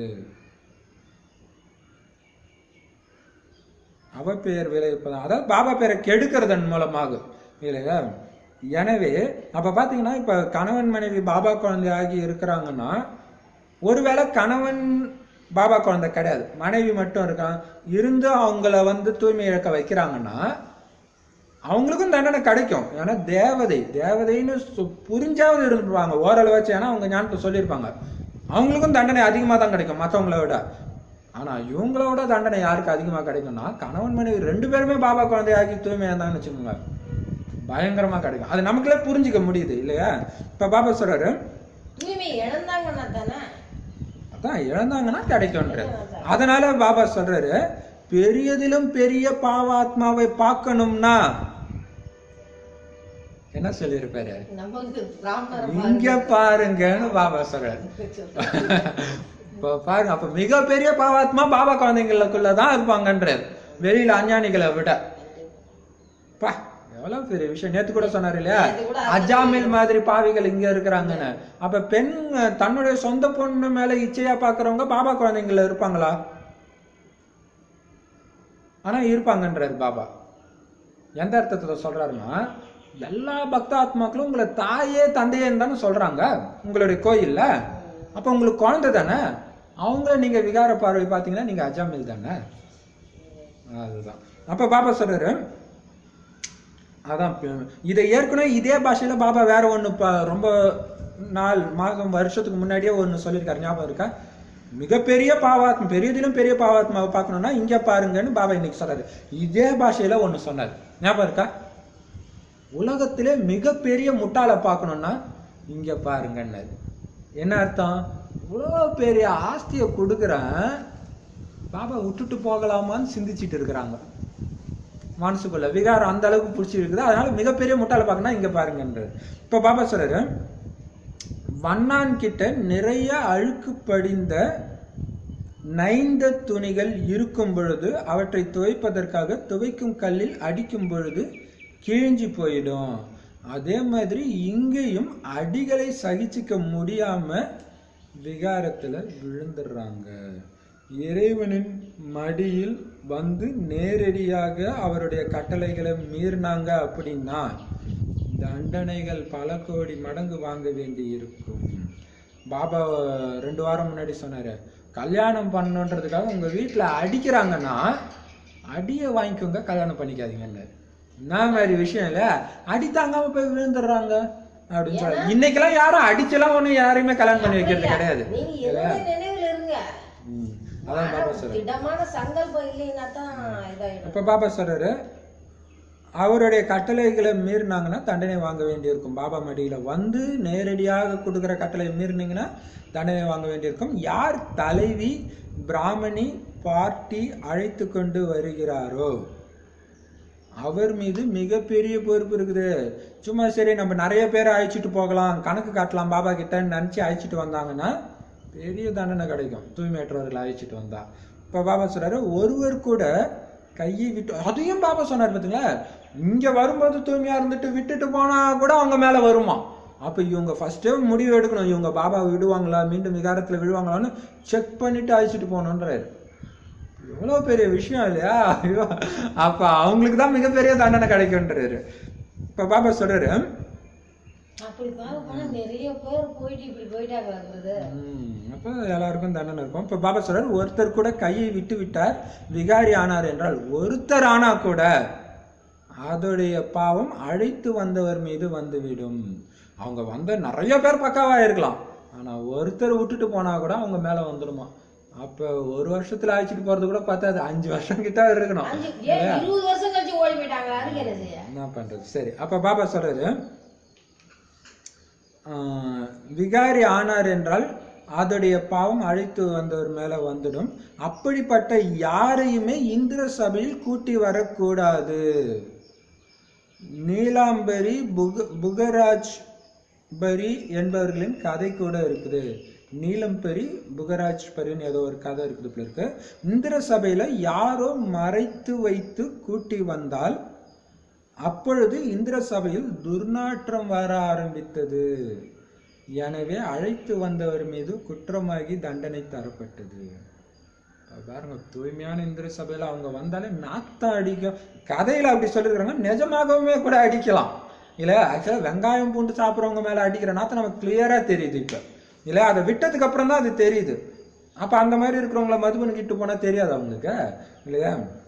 நீங்க சொல்லுங்க பிரதர், எத்தனை பேர் நம்ம 30,000 பேர் 40,000 பேர் உட்கார்ந்துருக்கோம், அந்த அளவுக்கு எல்லாம் இதே அங்கே கொண்டு உட்கார வைங்க வந்துட்டாங்க அப்படின்னா பிரச்சனை. அதனால பாபா சொல்றாரு, அதனால அழைச்சிட்டு வந்தவர் மேல குற்றமாகி தண்டனை கொடுக்கப்பட்டதான். அந்த கதையில அது மாதிரி மறைச்சு ஒரு அசுரனை இந்திர சபையில உட்கார வச்சத அந்த நாத்தம் வந்த உடனே என்னாச்சு, தண்டனை கொடுக்கப்பட்டது. இந்த மாதிரி கொஞ்சம் கதை இருக்குது. அவர் கல்லாகிட்டாரு, தந்தை பாரஸ்நாத்தாக ஆக்குகிறார், பிறகு கட்டளையை மீறினார் என்றால் கல்லாகி விடுகிறார்கள், ராஜ்யத்தை அடையிறதுக்கான சௌபாக்கியத்தை இழந்துடுறாங்க. அது கூட ஒரு கதை இருக்கு இல்லையா. ஒரு முனிவருடைய மனைவி வந்து மேல ஆகாயத்துல கர்வந்த காதலர்கள் போறத தண்ணியில பார்த்தாங்களாம். அவங்க அழகா இருக்கிறாங்கன்னு நினைச்சாங்களாம். அது முனிவருக்கு தெரிஞ்சு நீ கல்லாயிடுன்னு சொல்லிட்டாராம். அப்ப அந்த விகார சிந்தனை வந்தாலே அப்படி ஆக்கிடுறாங்க அப்படின்ட்டு பாபா சொல்றாரு. ஸோ அந்த கல்லை மீண்டும் தங்கமாக்குறது யாரு? ராமர் அந்த பக்கம் நடந்து வரும்போது தெரியாம கால் பட்டோன்னே அது தங்கம் ஆயிடுச்சுன்னு. ஸோ அந்த மாதிரி நம்ம ராமர் வந்தவரனே என்ன ஆயிடுது, மீண்டும் அந்த மாதிரி இருந்தவங்கள தங்கமாக ஆகிடுறோம். அப்படியும் கதை இருக்குது. ராஜ்யத்தை அப்ப நீங்க கட்டளை மீறினீங்கன்னா என்ன ஆயிடுறீங்க, ராஜ்யத்தை அடையிறதுக்கான சௌபாக்கியத்தை இழந்துடுறீங்க. ஆனா இதையும் பாபா ஒரு வாணியில சொல்லியிருக்கிறாரு, எனக்கு ராஜ்யம் வேணும்ட்டு சென்டர்ல இருந்துகிட்டே நீங்க உடலால தூய்மையை இழக்காம ஆனா மனதினால விகாரத்திலே மூழ்கி மற்றவங்களையும் கெடுத்துக்கிட்டே இருந்தீங்கன்னா அதுக்கு நீங்க பேசாம போய் கல்யாணம் பண்ணிட்டு பணக்காரன் ஆகிற வழியாவது பாருங்கன்றார். பணக்கார பிரஜை அதுவும் வருவாங்க இல்லையா, ராஜ்யம் கண்டிப்பா அவங்க வந்து ராஜாவா ஆக முடியாது. அப்ப நீங்க சும்மா கடைசி பிரிவுல ஏதோ ஒரு சின்ன ராஜாவாகிறதுக்கு பதிலா ஆரம்பத்துல இருந்து பெரிய பணக்காரனா ஆகுங்க. ஏன் எல்லாரையும் கெடுத்துன்னு இருக்கிறீங்கன்னு பாபா சொல்றாரு. இப்ப இதுல எவ்வளவு சூக்ஷ்மமான ரகசியம் எல்லாம் இருக்குது இல்லையா. உதாரணமாக யாராவது ஏழை ராஜாவினால தத்தெடுக்கப்படுறாருன்னு வச்சுக்கோங்க. ஒருவேளை அவர் லாயக்கற்றவராக ஆகிட்டாரு மற்றும் ராஜா வெளியேற்றி விட்டார் என்றால் என்னவாகும், பிறகு ஏழைக்கும் ஏழையாகவே ஆகிடுவாங்க. இங்கேயும் அந்த மாதிரி தான் மிகவுமே துக்கம் ஏற்படும் பாபா கையை விட்டு போனா.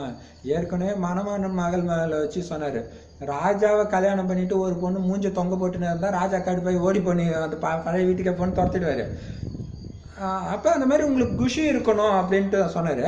இப்போ அதே மாதிரி சொல்கிறாரு, ராஜா ஒரு குழந்தைய தத்தெடுத்து ராஜா பேரை கெடுக்கிற மாதிரி ராஜ்யத்தை ஆளக்கூடிய தகுதி அற்றவராக ஒன்று இருந்தால் ராஜா என்ன பண்ணுறாரு, நீ போயிடு ராஜா அப்படின்னா ஏழைக்கும் பெரிய ஏழை ஆகிடுவாங்க. ஏன்னா ராஜாவால் நிராகரிக்கப்பட்டவங்கள யார் ஏற்றுக்குவாங்க? இங்கேயும் அந்த மாதிரி தான் பயங்கர துக்கம் ஏற்படும். அதனால தான் பாபா இப்பவே சொல்லிடுறாரு முன்கூட்டியே, ஒரு பொழுதும் எந்த ஒரு கட்டளையை மீறும் செயலையும் செய்யக்கூடாது. தந்தை பாருங்க, இதுவே கொடுக்கல, கொஞ்சம் மீறலாம், உங்களுக்கு முடிஞ்ச அளவு பண்ணுங்கலாம் சொல்ல, எந்த ஒரு கட்டளையை மீறக்கூடிய செயலையும் நீங்க செய்யக்கூடாது. தந்தை சாதாரணமாக இருக்கிறாரு. அதனால சிவபாபாவை மறந்து சாகாரத்துல புத்தி வந்துடுது. இப்ப குழந்தைகளாக இவங்களுக்கு ஸ்ரீமத் கிடைக்குது. யார் அசுத்தமாக ஆகிடுறாங்களோ அவங்க பிறகு இந்திர சபையில் அமர முடியாது ஒரு பொழுதும். ஏன்னா இன்னும் கொஞ்ச நேரத்துல அதுவும் வந்துடும்ன்றார் இல்லையா, அந்த அளவு ஸ்ட்ரிக்ட் ஆகிடும்னு சொல்றாரு. இப்பவே காமம், கோபம், பற்று, பேராசை, அகங்காரம் 5 விகாரங்களை உடவங்க உள்ள நுழையாதீங்கன்ட்டு போர்டு வச்சுட்டாங்க, நிறைய சென்டர்ல வச்சுட்டாங்க. ஒவ்வொரு ஆமா வச்சுட்டாங்க, எல்லா சென்டர்லையும் வைக்கணும்னு ரூல்ஸும் வச்சுட்டாங்க. நம்ம சென்டர் சின்னதா இருக்கனால வைக்கலன்னு நினைக்கிறேன். சரி, பாப்பா சொல்றாரு ஒவ்வொரு சென்டர் கூட இந்திரபிரஸ்தமாகும். ஸோ சென்டரும் அதுதான், இந்திரபிரஸ்தம் தான் அங்க.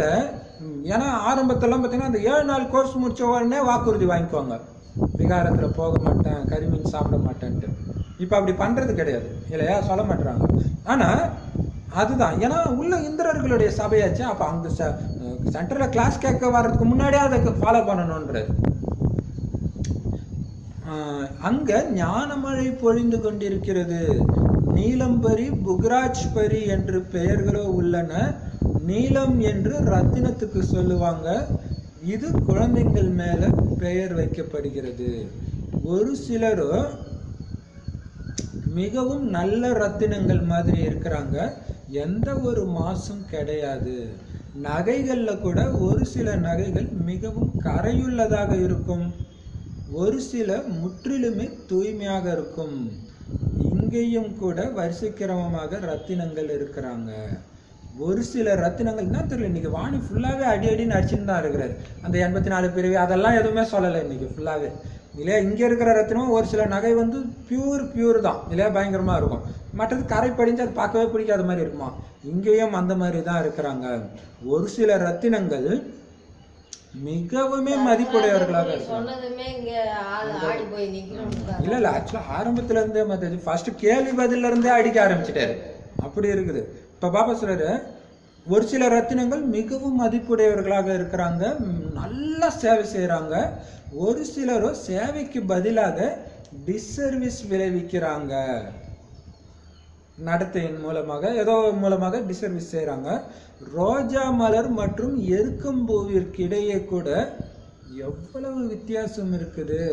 ரெண்டும் மலர் தான், ஆனா ரோஜா தான், எருக்கம்பூ தான் இல்லையா. சிவன் மீது ரெண்டையுமே படைக்கிறாங்க. நம்மிடையே யார் யாரெல்லாம் மலர்கள் ஆவார்கள் என்பதை, எப்படிப்பட்ட மலர்கள் ஆவார்கள் என்பதை இப்ப நீங்களே புரிஞ்சுக்கிட்டீங்க. அவரு சொல்ல தேவையில்லை இல்லையா, நமக்கே தெரியும். அதான் பாபா சொல்றாரு. அப்ப சிவன் மேல ரெண்டையும் படைக்கிறாங்கன்னு அர்த்தம், 2 விதமான மலர்களும் இன்னைக்கு பாபா குழந்தையா இருக்கிறாங்க. பாபா எங்களுக்கு நல்ல நல்ல மலர்கள் கொடுங்கள்னு அவங்களத்தான் எல்லாருமே எங்க கிட்ட அனுப்புங்க பாபான்னு கேட்கறாங்க. இப்ப நல்ல நல்ல மலர்களை எங்க இருந்து கொண்டுட்டு வர்றது? மல்லிகை பூவோ சாதாரணமாக இருக்கும், இது தோட்டமாகும் அல்லவா. நீங்கள் ஞான கங்கைகளும் ஆவீங்க. எப்படி சூப்பரா சொல்றாங்க, இருக்கிறதுல நறுமணம்னா மல்லிகை தான், ஆனா பாக்குறதுக்கு சாதாரணமா தான் இருக்கும். ஆனா வாசனை பாத்தீங்கன்னா 2-3 வீட்டுக்கு அடிக்கும். அந்த பூக்கிற டைம் அப்படி ஒரு வாசனை அடிக்கும் இல்லையா. அப்ப இங்கேயும் அப்படிதான் பாபா சொல்றாரு, சாதாரணமா தான் இருக்கும், ஆனா நடத்தை அப்படி இருக்கும். இது ஒரு தோட்டம் இல்லையா. நீங்க ஞான கங்கைகளும் ஆவீங்க. மலரோட ஒப்பிட்டாரு, துணியோட ஒப்பிட்டாரு, கீஞ்ச துணி அப்படின்னாரு. இப்ப சொல்றாரு கங்கைகள், ஞான கங்கைகள். பாபாவும் கடலாக இருக்கிறார் அல்லவா. இவர் அதாவது இந்த பிரம்ம பாபா பிரம்ம புத்திரா, பெரியதிலும் பெரிய நதி இல்லையா. இந்தியாவில மிகப்பெரிய நதி வந்து பிரம்மபுத்திரா நதி. கல்கத்தாவில் பிரம்மபுத்திரா நதி மிகவும் பெரியதாகும். அங்க கடல் மற்றும் நதி மிகப்பெரிய மேளா நடக்குது. பாருங்க, கடல் மாதிரி இருக்கிற நதி போய் கடல்ல கலக்கும் போது அது எப்படி இருக்கும் பாக்குறதுக்கே இல்லையா? மிகப்பெரிய சந்திப்பு நடக்குது. உண்மையிலே ஞானக்கடல் பாபா. இவர் உயிரூட்டமுள்ள ஞானக்கடல். நீங்க கூட உயிரூட்டமுள்ள ஞான நதிகள் ஆவீர்கள். அதுவோ தண்ணீரின் கங்கைகள். உண்மையில நதிகள் மீது பெயர் வைக்கப்பட்டுள்ளது. ஆனால் அசுர சம்பிரதாயத்தினர் இதை கூட மறந்துட்டாங்க. இந்த ஞான நதிகளுடைய பெயரை தூக்கிட்டு போய் தண்ணி நதிக்கு வச்சுட்டாங்கன்றதே இவங்க மறந்துட்டாங்களாம். அதுதான் பாவத்தை நீக்கணும்னு போய் அதுல போய் குளிச்சுட்டு இருக்கிறாங்க. ஹரித்வாரத்துல கங்கை கரையோரத்தில் சதுர்புஜத்தின் படம் காமிக்கிறாங்க. அதுக்கும் கங்கைன்னு சொல்றாங்க. ஆனால் இந்த சதுர்புஜ, அதாவது 4 புஜங்கள் உடையவர் யார் என்பதை மனிதர்கள் புரிஞ்சுக்கிறது கிடையாது. உண்மையில இந்த சமயம் நீங்க சுயதர்சன சக்கரதாரி ஆகுறீங்க. நீங்க உண்மையான ஞான நதிகள். அது தண்ணீரினுடைய நதி. அங்க போய் ஸ்நானம் செய்யறாங்க ஒண்ணுமே புரிஞ்சுக்காம. நதிகளை தேவியாக நினைக்கிறாங்க, அவ்வளவுதான். மனிதர்களுக்கு ஒருபோதும் 4 புஜங்கள் இருக்கிறது கிடையாது. எதையுமே புரிஞ்சுக்கிறது கிடையாது. பாபா நம்மை என்னவாக ஆக்குகிறாருன்னு குழந்தைங்க இப்ப நீங்க புரிஞ்சுக்கிட்டீங்க. அங்க ஹரித்வாரத்துல சதுர்புஜம் அப்படின்னா ஜென்ரலா விஷ்ணுவை தான் சொல்லுவாங்க, இல்ல வேற யார் சிலையா தெரியல. என்ன சொல்லுவாங்களாம், உயிர் போகணும்னு இழுத்துட்டு போயிருவாங்களாம் சேட்டுங்க எல்லாம். அது ஹரித்வார்லையா? சரி. என்ன செய்வாங்களாம், ஹரி ஹரி ஹரின்னு சொல்லு ஹரின்னு சொல்லு ஹரின்னு சொல்லிட்டு தண்ணியை ஊற்றி அவங்களே ஊற்றுவாங்க. சரி, அது கங்கையில போகும்போது இங்க பாபா என்ன சொல்றேன்னா அந்த அந்த சிலையே கங்கைன்னு சொல்லுவாங்க. சிலையே அதுக்குதான் பாபா. அதான் அப்ப பாபா இவங்க சரீரம் விட்டு உடம்புன்னு பக்கத்துல இருக்கிறவங்க எல்லாம் ஹரி ஹரின்னு சொல்லி சொல்லு. இப்ப பாபா சொல்றாரு, நீங்க உண்மையான ஞான நதிகள். அது வெறும் தண்ணியோடைய நதி. இந்த நதியில வந்தாதான் தூய்மையாக முடியும். அது தெரியாம அங்க போய் முக்கி எடுக்கிறாங்க. இந்த கங்கையை ஊத்துனோம்னா இவங்க சொர்க்கத்துக்கு நம்ம ஞான இந்த நதி இவங்க தண்ணி ஊத்துன. அப்ப பாபா சொல்றாரு, அதான் பாபா சொல்றாரு, பாபா நம்மை என்னவாக ஆக்குறாருன்னு இப்பதான் நீங்க புரிஞ்சுக்கிறீங்க. அவங்க புரிஞ்சுக்கிறது கிடையாது. உங்களுக்கு தான் தெரியுது. நாமும் 100% அறிவில்லாமல் இருந்தோம். பாபாவுடைய மடியை அடைந்ததால் நாம சொர்க்கத்துக்கே அதிபதி ஆகிறோம். இங்க ஒருவர் ராஜாவாக கூட இருக்கலாம்.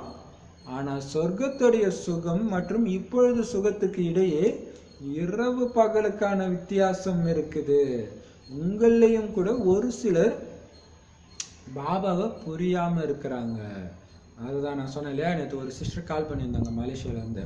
அவங்க சொல்றாங்க, பாபா எல்லாம் ஒளிப்புள்ளியா நினைக்கிறாங்க பிரதர். ஆனா அவர் அடிக்கடி சொல்லுவார், நான் உணர்வுள்ளவன். அப்போ நான் அவர் குழந்தை மாதிரி பார்ப்பேன். என்னோட குழந்தைக்கு பசிக்குதா, என் குழந்தை அன்புக்கு ஏங்குது, அப்படி பார்ப்பாங்களாம். அதான் பாபா சொல்றாரு. இங்கேயும் நிறைய பேர் புரியாம தான் இருக்கிறாங்க அப்படின்னு சொல்றாரு. ஒரு சிலர் தந்தையை புரியாம இருக்கிறாங்க. அதே மாதிரி சொர்க்கத்துக்கும் இங்க இருக்கிற சுகத்துக்கும் உள்ள வித்தியாசத்தையும் புரியாம தான் இருக்கிறாங்க. ஆக தங்களையும் புரியாம இருக்கிறாங்க. ஸோ அப்பாவை தெரிஞ்சுக்கிறதுனால தன்னை பத்தியும் தெரிஞ்சுக்கலாது. ஏன்னா அப்பா சாதாரணமானவர்னு இல்லைன்னு தெரிஞ்சாதான் நீங்களும் சாதாரணமானவர் இல்லைன்னு உங்களுக்கு தெரியும். நான் எவ்வளவு நறுமணம் அளிக்கிறேன் என்று நீங்க உங்களே செக் பண்ணிக்கணும் இல்லையா? துர்நாற்றம் என்னில இருந்து வருதா, நறுமணம் வருதா, அதாவது தெய்வீக குணங்கள் வெளிப்படுதா, அசுர குணங்கள் வெளிப்படுதான்னு செக் பண்ணுங்க. தப்பும் தவறுமாக ஒன்றும் பேசுறது இல்லை தானே, கோபப்படுவதெல்லாம் கிடையாது தானே. இந்த குழந்தை எப்படி இருப்பாருன்னு தந்தை சட்டென்று நடத்தை மூலமாக புரிஞ்சுக்கிறார் இல்லையா? ஒரு வினாடி கோபப்பட்டானே பாபாக்கு தெரிஞ்சிடும் குழந்தை எந்த அளவுக்கு முயற்சி பண்ணுதுன்னு. சேவை செய்யக்கூடிய குழந்தைங்க தந்தைக்கு மிகவும் பிரியமானவர்களாக இருக்கிறாங்க. எல்லோரும் ஒன்று போல பிரியமானவர்களாக இருக்க முடியாது இல்லையா? ஒரு கணவனுக்கு அந்த காலத்துல நிறைய கல்யாணம் பண்ணிக்குவாங்க இல்லையா? நிறைய மனைவி இருந்தாலும் யார் கணவனை தாங்குறாங்களோ அந்த பொண்ணை தான் கணவனுக்கு பிடிக்கும் இல்லையா? இந்த கணவனும் அப்படிதான் இல்லையா? 33 கோடி காதலிகள் இருக்கிறார் சிவபாபாவுக்கு. அப்ப அது யாரு ரொம்ப பிரியமானவங்க அப்படின்னா எல்லாரும் ஒன்றும் ஒரே மாதிரி பிரியமானவர்கள் கிடையாதான். எந்த குழந்தைங்க பாபா கட்டளைப்படி சேவை செஞ்சுட்டு இருக்காங்களோ அவங்க தான் பிரியமானவர்கள். அப்படிப்பட்ட குழந்தைங்களுக்காக உள்ள இருந்து இயல்பாகவே ஆசைகள் வெளிப்படுதான், ஆசீர்வாதம் வந்துகிட்டே இருக்குதான். ஒரு தந்தைக்கு கீழ்ப்படியாத குழந்தை இருந்தார் அப்படின்னா இப்படிப்பட்ட பையன் இல்லாம இருக்கிறதே நல்லதுன்னு சொல்லுவாங்க. அந்த மாதிரி அப்ப பாபா என்ன பண்ணுவாராம், இந்த குழந்தை பாபா குழந்தை ஆகாமலே இருந்திருக்கலாம்னு அவருக்கு தோணும். இந்த மாதிரி நடத்த இருக்குதுன்ட்டு எவ்வளவு அவப்பெயர் ஏற்படுத்துறாங்க. இதுக்குதான் அதிர்ஷ்டம்னு சொல்லப்படுது. யாருடைய அதிர்ஷ்டத்துல என்ன இருக்குதுன்னு சட்டுன்னு தெரிஞ்சிடுது. இவர் நல்ல குழந்தை ஆவார், அவர் மோசமான குழந்தை ஆவார்னு பாபா புரிய வைக்கிறாரு. பாப்தாதாவை அடையாளம் கண்டு கொள்ளவில்லை. அதிர்ஷ்டத்துல ஆஸ்தி இல்லை என்றால் என்ன செய்வாங்க? அப்ப பாப்தாதாவை சரியா அடையாளம் கண்டுக்கல அப்படின்னாலே அதிர்ஷ்டத்துல இல்லை. நாம யாருடைய குழந்தையா இருக்கிறோம், நாம இந்த மாதிரி வேலை செய்யலாமா அப்படின்னு இல்லையா? இப்ப ஒரு மந்திரியோடைய பையனா இருந்தா கூட யோசிப்பான், நாம போய் இந்த வேலையை செய்யலாமா அப்படின்ட்டு. அப்ப நம்ம கடவுளுடைய குழந்தை. ஆனா அதிர்ஷ்டத்துல இல்லைன்னா பாவம் அவங்க என்ன பண்ணுவாங்க, யாருடைய குழந்தைன்னா அவங்களுக்கு அந்த போதை இல்லைன்றாரு.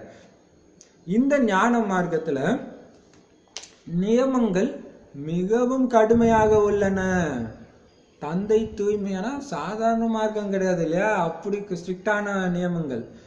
தந்தை அதுக்காக நீங்க அதை ஃபாலோ பண்ணியே ஆகணும், இல்லைன்னா உதைப்பன்னு சென்டர்ல சொல்றது இல்லை, ஆனா உதை கன்ஃபார்ம் கடைசியில விழும் இல்லையா. இப்ப பாபா சொல்றது, தந்தை தூய்மையாக இருக்கிறார் மற்றும் குழந்தை தூய்மையாக ஆகிறது இல்லை அப்படின்னா அந்த குழந்தை தந்தையுடைய சொத்துக்கு உரிமையாளராக ஆக முடியாது. ஏன்னா அவரை குழந்தைன்னு கருத மாட்டாங்க. பிறகு சொல்லுவாங்க, நாங்களோ சிவபாபாவை வாரிசாக. ஏன்னா அந்த காலத்துல இது ஒரு படத்துல கூட வந்துச்சு. பிராமண குடும்பத்தை சார்ந்தவங்க வேற ஒருத்தரை கல்யாணம் பண்ணிக்கிறாங்கன்னா அவங்களை தலை முழுகிடுவாங்களாம். அவங்க பிராமணனே கிடையாதுன்னு தலை முழுகிடுவாங்களாம் இல்லையா. இங்கேயும் அப்படிதான், என் குழந்தைன்னே அவர் நினைக்கிறதே கிடையாதான், அப்புறம் எங்க ஆஸ்தி கிடைக்கும்? இப்போ எவ்வளவு, ஏன்னா அப்பா எப்படியோ அதே மாதிரி குழந்தை இருந்தா தான் ஆஸ்தி இல்லையா. இப்ப பாபா சொல்றாரு, பிறகு சொல்லுவாங்க, நாங்களும் சிவபாபாவை வாரிசாக ஆக்கி கொள்வோம். பின் பாபா 21 பிறவிகளுக்கு எங்களுக்கு பதிலுக்கு பல கோடி மடங்கு கொடுப்பார். இதோடைய அர்த்தம் பாபாவிடம் உட்கார்ந்து விடுவதுன்னு அர்த்தம் கிடையாது. இல்லை, இல்லற விவகாரங்களில் இருந்தபடியே எல்லோரையும் பராமரிக்கவும் வேண்டும், ஆனால் ட்ரஸ்டியாகி இருக்க வேண்டும். அப்படி இல்லாம உங்களுடைய குழந்தைங்க ஆகியோரை தந்தை அமர்ந்து பராமரிப்பார் என்பது கிடையாது.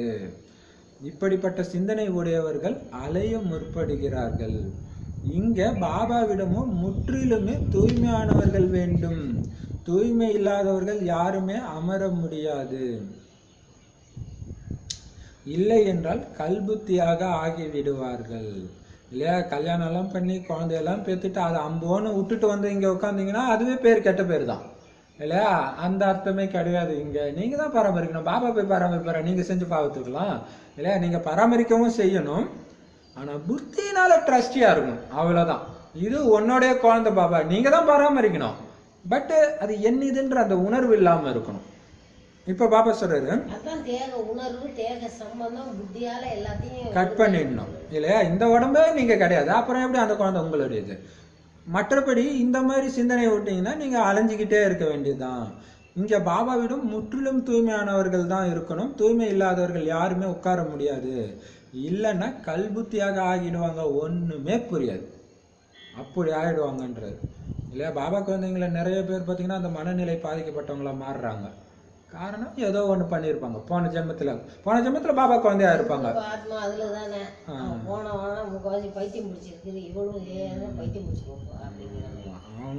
அவங்க வேற அர்த்தத்துல சொல்றாங்க, இங்க நிஜமாலவே கூட அது மாதிரி ஆயிடும். நிஜமா இருந்ததுதான் சொல்றாங்களா? சரி சரி. அப்ப பாபா சொல்றாரு, இல்லைன்னா கல்புத்தியாக ஆகிடுவாங்க. அப்ப அவங்களுக்கு புரியல, அதுதான் அர்த்தம். என்னன்னா ஒரே சிந்தனையிலிருந்து மூளை ஆயிடுச்சுன்னு அவங்க நினைச்சிட்டாங்க. கிடையாது, ஏதோ தப்பு பண்றாங்கன்னு அர்த்தம். இப்ப பாபா சொல்றாரு, பாபா ஒன்னும் சாபம்லாம் கொடுக்கறது இல்ல, இது நியமம். பிறகு எச்சரிக்கையுடன் இருங்கள்னு தந்தை சொல்லுவாரு. கர்ம இந்திரியங்கள் மூலமாக ஏதாவது பாவம் செஞ்சாங்கன்னா இல்லாமல் போய் விடுவார்கள். பெரிய விஷயம் எண்ணத்துல வந்தாலும், எண்ணத்திலே இல்லாத ஸ்டேஜ் வரணும், அது ஓகே. பட் ஆனா எண்ணத்துல வந்தா கூட ஓகே, ஆனா கர்மேந்திரியங்கள் மூலமாக தவறு பண்ணிட்டீங்கன்னா இல்லாம போயிடுவீங்கன்றார். ஏன்னா மிக உயர்ந்த குறிக்கோள் பாபாவுடைய குழந்தை ஆனாங்கன்னா பிறகு நோய் முழுவதும் வெளியில் எழும்பி வெளிப்படும்.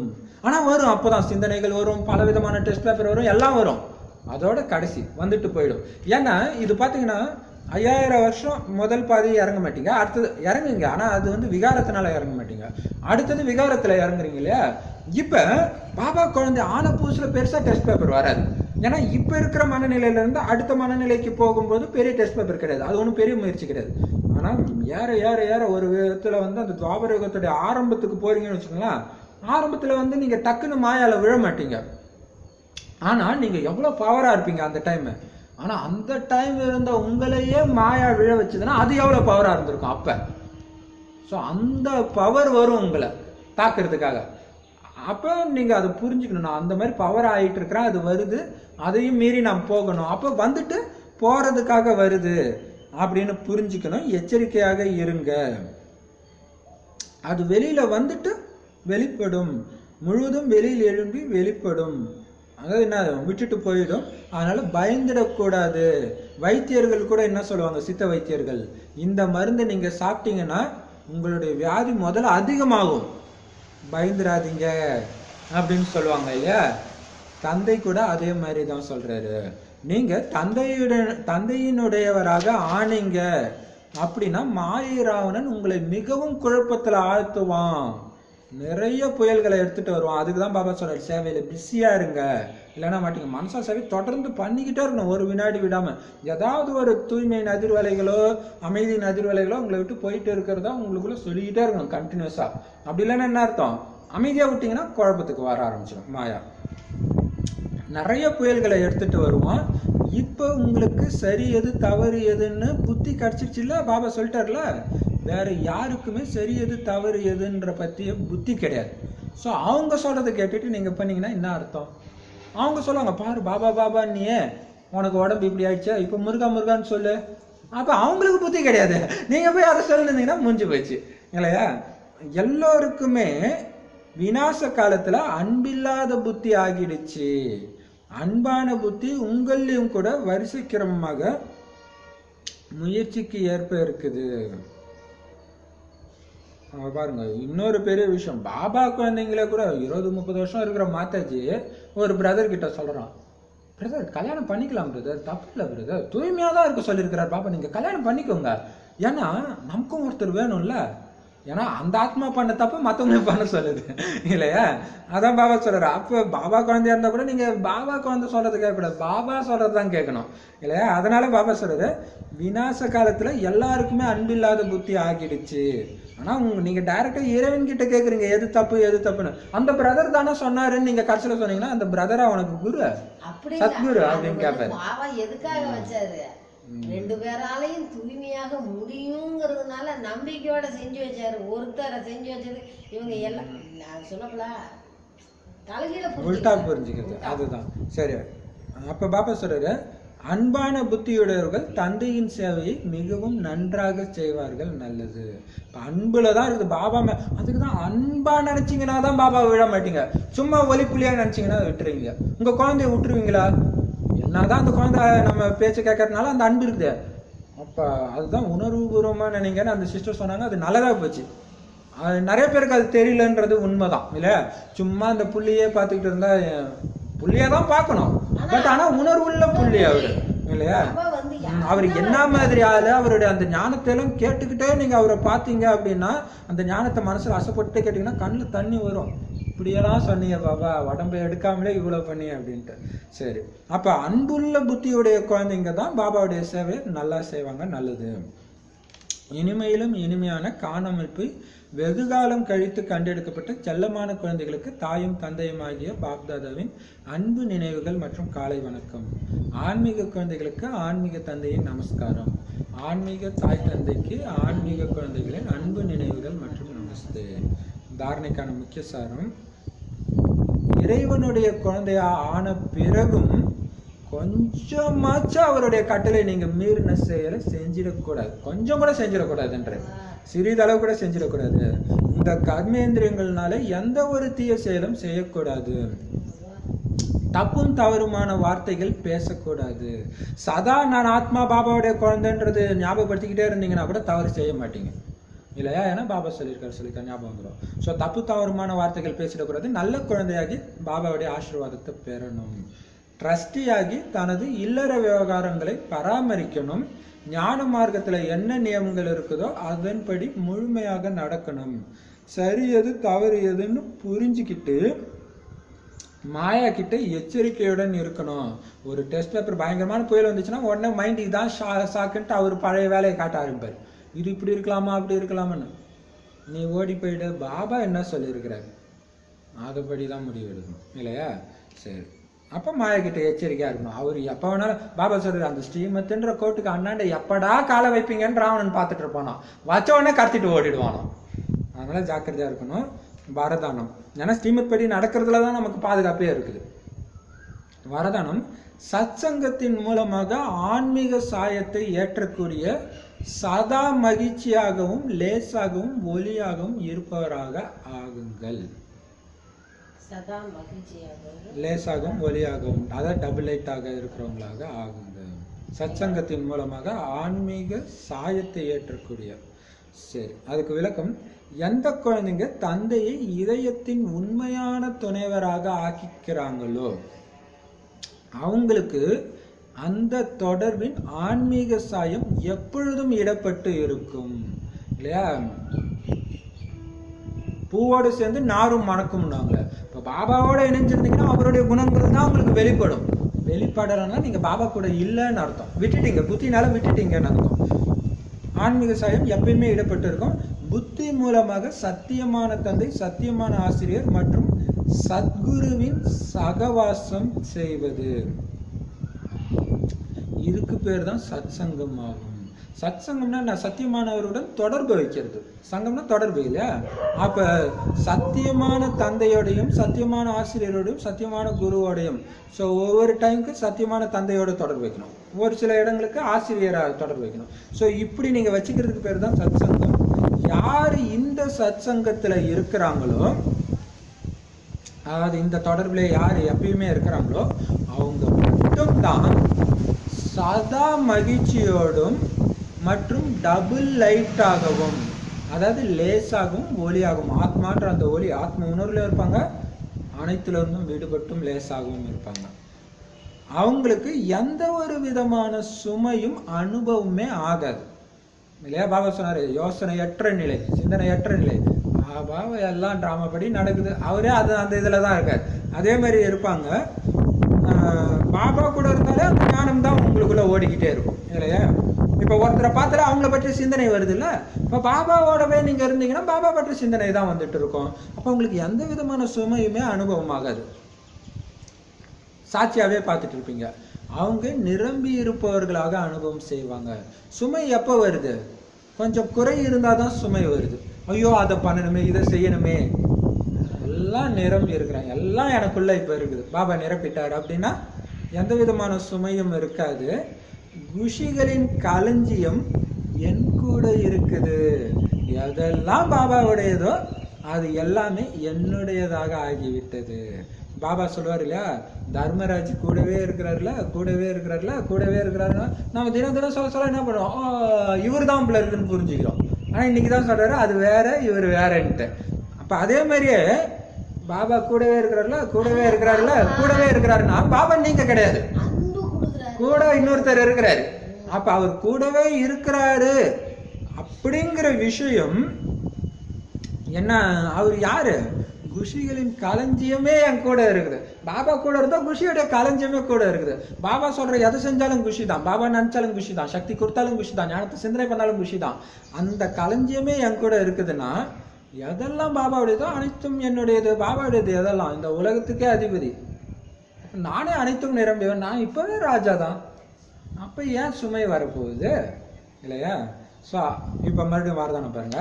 சத் சங்கத்தின் மூலமாக ஆன்மீக சாயத்தை தனக்குள்ளே ஏற்றிக்கக்கூடிய, சதா மகிழ்ச்சியாகவும் லேசாகவும் ஒலியாகவும் இருப்பவராக ஆகுங்கள். இப்ப சதா மகிழ்ச்சியாகவும் லேசாகவும் ஒலியாகவும் இருக்கிறாங்கன்னா என்ன அர்த்தம்? பாபா கூட இருக்கிற அந்த சாயம் தான் அப்படி இருக்கும் இல்லையா? ஸோ அப்படி ஆகுங்கன்னு சொல்லிட்டு அப்படின்னா என்ன அர்த்தம்? கூடவே வச்சிருக்கணும் எப்பயுன்றது ஸ்லோகன். உங்களுடைய இனிமையான பேச்சு மற்றும் ஊக்கம் உற்சாகத்தின் சகயோகம் மூலமாக மனம் உடைந்தவர்களை சத்தியவானாக ஆக்குங்கள். மனசொடைஞ்சு போனவங்களை உங்களுடைய இனிமையான பேச்சு சத்தியவானாக, அதாவது அழிவற்ற, அதாவது ஆத்ம உணர்வுடைய பாபாவுக்கு சமமானவர்களாக மாத்துங்கன்றார். உங்களுடைய இனிமையான பேச்சு, அவங்க மனசொடைஞ்சு நம்மளால பாபா இதை ஃபாலோ பண்ண முடியுமா அந்த மாதிரி இருந்தாங்கன்னா அவங்க கிட்ட நீங்க அன்பா பேசுறத பார்க்கும்போது அவங்களுக்கு தோணணும், இவங்க இப்படி இருக்கிறாங்களே, இது நல்லா இருக்குது இல்லை, நாமளும் இப்படி ஆகணும்னு தோணணும். அதே மாதிரி ஊக்கம் உற்சாகம் அப்படியே குஷியா அப்படியே சோர்ந்து சேவை செய்யறவங்கள பார்க்கும்போது பாவம் அந்த அவங்களே சென்டர்ல ரொம்ப கஷ்டப்படுறாங்க, அங்கங்க நம்ம போறதுன்னு தான் தோணும் எல்லாருக்கும். ஆனா குஷியா சேவை செய்யறாங்கன்னு வச்சுங்களா, அவங்களுக்கு எவ்வளவு குஷி கிடைக்குது, அப்போ சென்டர்ல இருக்கிறதுனால தானே கிடைக்குது, நம்மளும் அந்த மாதிரி ஆகணும்னு தோணும். அப்ப கொஞ்சம் கூட அந்த சோர்ந்து போகாம முகம் காட்டாம அந்த மாதிரி உங்களுடைய இனிமையான பேச்சு மூலமாக ஊக்க உற்சாகத்தின் மூலமாக இந்த சகயோகம் தான். நீங்க சென்டர்ல அந்த சேவை பண்றதே மற்றவங்களுக்கு நீங்க பண்ற ஹெல்ப் தான். ஏன்னா அந்த சேவை பண்றதை பார்க்கும்போது அடடா இந்த மாதிரி நான் ஆகணுமே அவங்களுக்கு வந்துகிட்டே இருக்கும். பாத்தீங்கன்னா கோயம்புத்தூர்ல பாத்தீங்கன்னா ஒரு மாதாஜி அவங்களுடைய சொந்தக்கார பொண்ணு அவங்களுடைய அப்பா அம்மாவும் இறந்த உடனே சென்டருக்கு அழைச்சிட்டு போய் விடணும் தான் அவங்களுக்கு தோணுது. ஏன்? சென்டர்ல குஷியா இருப்பாங்கன்னு அவங்களுக்கு தெரியுதுனால விட்டு போறாங்க. அதுக்கு பதில் சென்டர்ல இருக்கவங்க புலம்பினே இருக்கிறாங்க, இது அப்படி இப்படின்னு இருந்தாங்கன்னா விட்டு போக தோணுமா நமக்கு? அதான் சொல்ற. அப்ப அந்த மாதிரி சேவை செய்யுங்க, இது சென்டர் வச்சு சொல்றது. இன்னொன்னு வீட்டுல இருக்கும்போதே கூட அப்ப பாபா குழந்தையா இருக்கிறவங்க வந்து சதா இனிமையா பேசுறாங்க, எதுக்குமே எதிர்த்தே பேசுறது இல்ல, அவ்வளவு அன்பா இருக்கிறாங்க அப்படின்னா நாமளும் பிரம்மகுமாரி ஆகணும்னு தோணும் அவங்களுக்கு இல்லையா? இல்ல நீங்க பாட்டுக்கு மூஞ்சி திருப்பிட்டு அப்படி இப்படின்னு இருந்தீங்கன்னா ஐயோ அங்க போனீங்கன்னா இன்னமும் மாதிரி ஆக்கிடுறாங்கப்பான்றாங்க. அந்த மாதிரி சத்தியவானாக ஆக்குங்க. அப்போ ஒரு சுடுதண்ணி சுட வச்சு பிளாஸ்டிக் ஊற்றிருந்தாங்கன்னு கொடுத்தாங்க. நம்ம வீட்டில் போனாலும் கூட அந்த செய்வாங்க. அப்ப குஷி வருது இல்லையா? அதுதான். அப்ப பார்க்கும்போது வேற ஒரு இடத்துக்கு தான் போனோம். எங்க எந்த சென்டர்ல போன அன்னைக்கு எவ்வளவு சூப்பரானது இல்லையா? அப்ப நமக்கு டக்குன்னு தோணுது இல்லையா, பரவாயில்லையே, அந்த நடத்தை தான் மெயினா பார்ப்பாங்க. அதுதான். சரி, ஓம் சாந்தி. அப்படியே டக்குன்னு பாபா என்னென்ன சொன்னாருன்னு சொல்லுங்க. பாபா ஃபர்ஸ்ட் என்ன சொன்னார்? பாபாவுடைய ஆஸ்தி எடுக்கணும்னா சேவை செய்து யாருக்கும் துக்கம் கொடுக்காம இருக்கணும். ஆஸ்தி எடுக்கிறது மட்டும் இல்ல, அவருக்கு பிரியமானவர்களா அவங்கதான், பிரியமானவர்கள் தான் ஆஸ்தியும் கிடைக்கும். அவர் பேரை கெடுக்கிற மாதிரி செஞ்சா முதல்ல நீ என் குழந்தைய கிடையாது, உனக்கு எங்க ஆஸ்தின்றாரு. இது எவ்வளவு பெரிய விஷயம். அது மாதிரி நிறைய பேர் ஆயிடுவாங்க, நீ என் குழந்தையே கிடையாது. இப்ப பாத்தீங்கன்னா நிறைய பேருக்கு இங்க சங்கர் பாட்டின்னு ஒண்ணு ஆரம்பிச்சிருக்கிறாங்களே, அவங்க என்ன பண்றாங்க, இங்க கடவுளே வரல, கடவுள் எங்கிட்ட தான் வர்றாரு, அங்க வெறும் பிரம்ம பாப்பா தான் வர்றாரு. ஓ அப்ப கடவுள் வரலப்புல இருக்கு, அங்க என்னதான் நடக்குது போய் கேட்கலான்னு போனாலும் அதுக்கே அங்க மார்க் குறையும். ஏன்னா சந்தேக புத்தி வந்துச்சு, அப்பா அம்மாவே சந்தேகப்படுறியா நீங்க? அப்ப அந்த நிரம்பிய தன்மை இல்ல, இதை விட அது பக்தியோடைய சிந்தனை தேடி பார்க்கணும்ன்றது போய் மாட்டிக்கிறாங்க. சரி, ஈஸ்வர மடியில இருக்கிறதால நம்மளுக்கு சொர்க்கத்துக்கே அதிபதி ஆகிறாரு. அவருடைய மடியில, அசுர மடியில இருந்து இப்ப ஈஸ்வர மடிக்கு வந்ததுனால தெய்வீக மடிக்கு போறீங்க. இந்திர சபையை பத்தி சொன்னாரு, என்ன சொன்னாரு? சபையில வந்து இதுவா இருக்கவங்க எல்லாம் அழைச்சிட்டு வந்தா அவங்க தலை மேலதான் சுமை அதிகமாகும். அழைச்சிட்டு வர்றவங்களுக்கு வந்துடும். அப்புறம் வந்து ஒரு கொலையே செய்யறவங்க கூட அது கூட சாதாரண விஷயம் ஆயிடும். இங்க வந்து காமத்துல விழுந்தாங்கன்னா கொலை பண்றதை விட பல கோடி மடங்கு பாவன்ற இல்லையா? அப்புறம் சொல்லுங்க. சொன்னாரு எதுவுமே ஸ்ரீமத் பிரகாரம் நான் என்ன சொல்றேன்னா அதுபடி நடக்கணும். மனிதர் வழிபடியா மன வழிபடியா நடக்கக்கூடாது. என்ன ஸ்ரீமத் கொடுத்துருக்கிறோம் அதுபடிதான் நடக்கக்கூடாது. எவ்வளவுதான் ஒரு இதுவா இருந்தாலும் சென்ட்ரலையே இப்ப நம்ம போறோம்னா எந்த கோவமே பண்ணக்கூடாதுன்னு இப்ப எழுதியே வச்சிருக்காங்க. எவ்வளவு ஸ்ட்ரிக்டா இருக்கும். ஏன்னா உறுதிமொழி பாவாட்ட கொடுத்துட்டோம், எல்லாருமே கொடுத்துட்டோம்னு குஷியா இருக்கிறோம். கொடுத்துட்டு நீங்க தப்பு பண்ணீங்கன்னா பயங்கர தண்டனை கிடைக்கும். நான் இத வந்து தர்மராஜர் கூட இருக்காருன்னா தர்மராஜர் கண்டு வையா இத பண்ணல அனுபவி அப்படின்னு வருமா. அப்போ நாம வந்து உறுதிமொழி கொடுக்கறது பெருசு கிடையாது. இல்ல நமக்கே கூட இப்பயுமே கூட ஏதாவது ஒண்ணு நமக்கு ஆகுதுன்னா டக்குன்னு நாம யோசிக்கிறோம், பாபா நான் அது பண்ணதுனாலதானே நீ எனக்கு இந்த தண்டனை கொடுக்குறேன்னு நாம இப்பவே சொல்றோம். கட்சியிலும் அப்படிதான் ஆகும். ஏன்னா அங்க வாய் வார்த்தை எல்லாம் இருக்காது, எண்ணங்கள் மூலமாக தான் நடக்கும் எல்லாமே. அப்போ எனக்கு வேணா இனிமேல் நம்ம வந்து முடிஞ்ச அளவுக்குன்னு கூட சொல்லக்கூடாதுல்ல, இப்படித்தான் நடக்கணுங்கிற உறுதிமொழி எடுத்துறது. சின்ன இதை மீறக்கூடாதுன்றாரு, மீறினீங்கன்னா தண்டனை கிடைக்கான்றாரு. அப்புறம் பாபா ஒரு சூப்பரா சொன்னாரு, ஒரு ராஜா வச்சு நிறைய சொன்ன கிராமத்து பொண்ணை கட்டிட்டு வந்து அதுக்கு எவ்வளவு கொடுத்தோம், அது முகம் சந்தோஷமா ஒரு ராணி எப்படி இருக்கணுமோ அந்த அளவு இல்லாத அது மூஞ்சி தொங்க போட்டுட்டு இருப்பேன், நீ லாய்க்கு கிடையாதுன்னு கொண்டு போய் கிராமத்திலே விட்டுட்டு வந்துட்டாரு. அந்த மாதிரி நம்மளுக்கு ஞான அலங்காரத்தை பண்றாரு. அப்போ நம்ம எப்படி இருக்கணும், அந்த அளவுக்கு குஷி இருக்கணும். ஆனா இந்த குழந்தைங்க குஷி இல்லாம அது என்ன. இன்னொரு உதாரணத்துக்கு சொன்னாரு, பிரம்ம பாபா ஒருத்தருக்கு வந்து விளக்கம் கொடுத்தவருக்கு ஒன்னும் புரிஞ்சிடல. ஏன்னா பிரம்மகுமாரிகள் நிறைய இதுல ஒன்னும் பதியாதுன்னு சொல்லிட்டு அவங்களுக்கு மட்டும் இல்ல உங்களுக்கும் பதியல, பதியாததுனாலதான் உங்களுக்கு குஷி இல்ல. பிரம்ம பாபா கிட்ட வந்து ஒருத்தர் பார்க்க வந்தாராம். வந்தோடனே இவங்கெல்லாம் பிரம்மகுமார் குமாரிகள் ஆஸ்தியை எடுக்கிறாங்க இறைவன் கிட்ட அப்படின்னு சொல்லிட்டாரு. அவ்வளவுதான். இதுல ஒன்னும் அவருக்கு ஒன்றும் போதை வந்துட்டு இருக்கா. ஓ அப்படியான்னு கேட்டு போயிட்டு இருப்பேன்.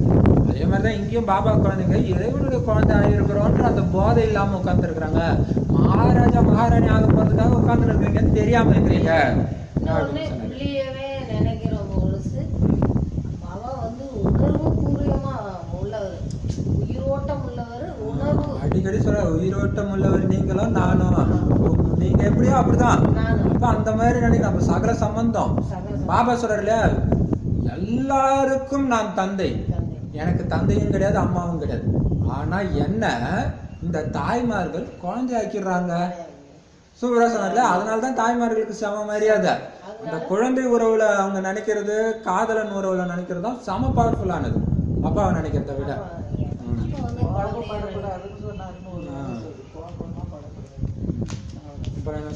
சரி நீங்க சொல்லுங்க, என்ன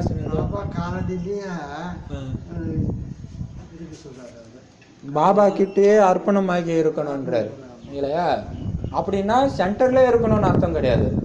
குடும்பத்திலே பராமரிக்கணும், எல்லாம் பண்ணணும். ஆனா கட்டளையை மீறாம இருக்கணும். குடும்பத்துல இருங்க, ட்ரெஸ்டியா இருங்க.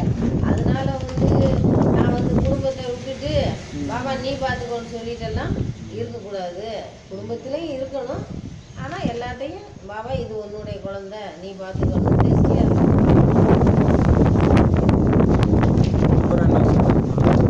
பாபாவுக்கு காதலனா ரொம்ப அவருக்கு பிடிக்குது அந்த விஷயம். பாபா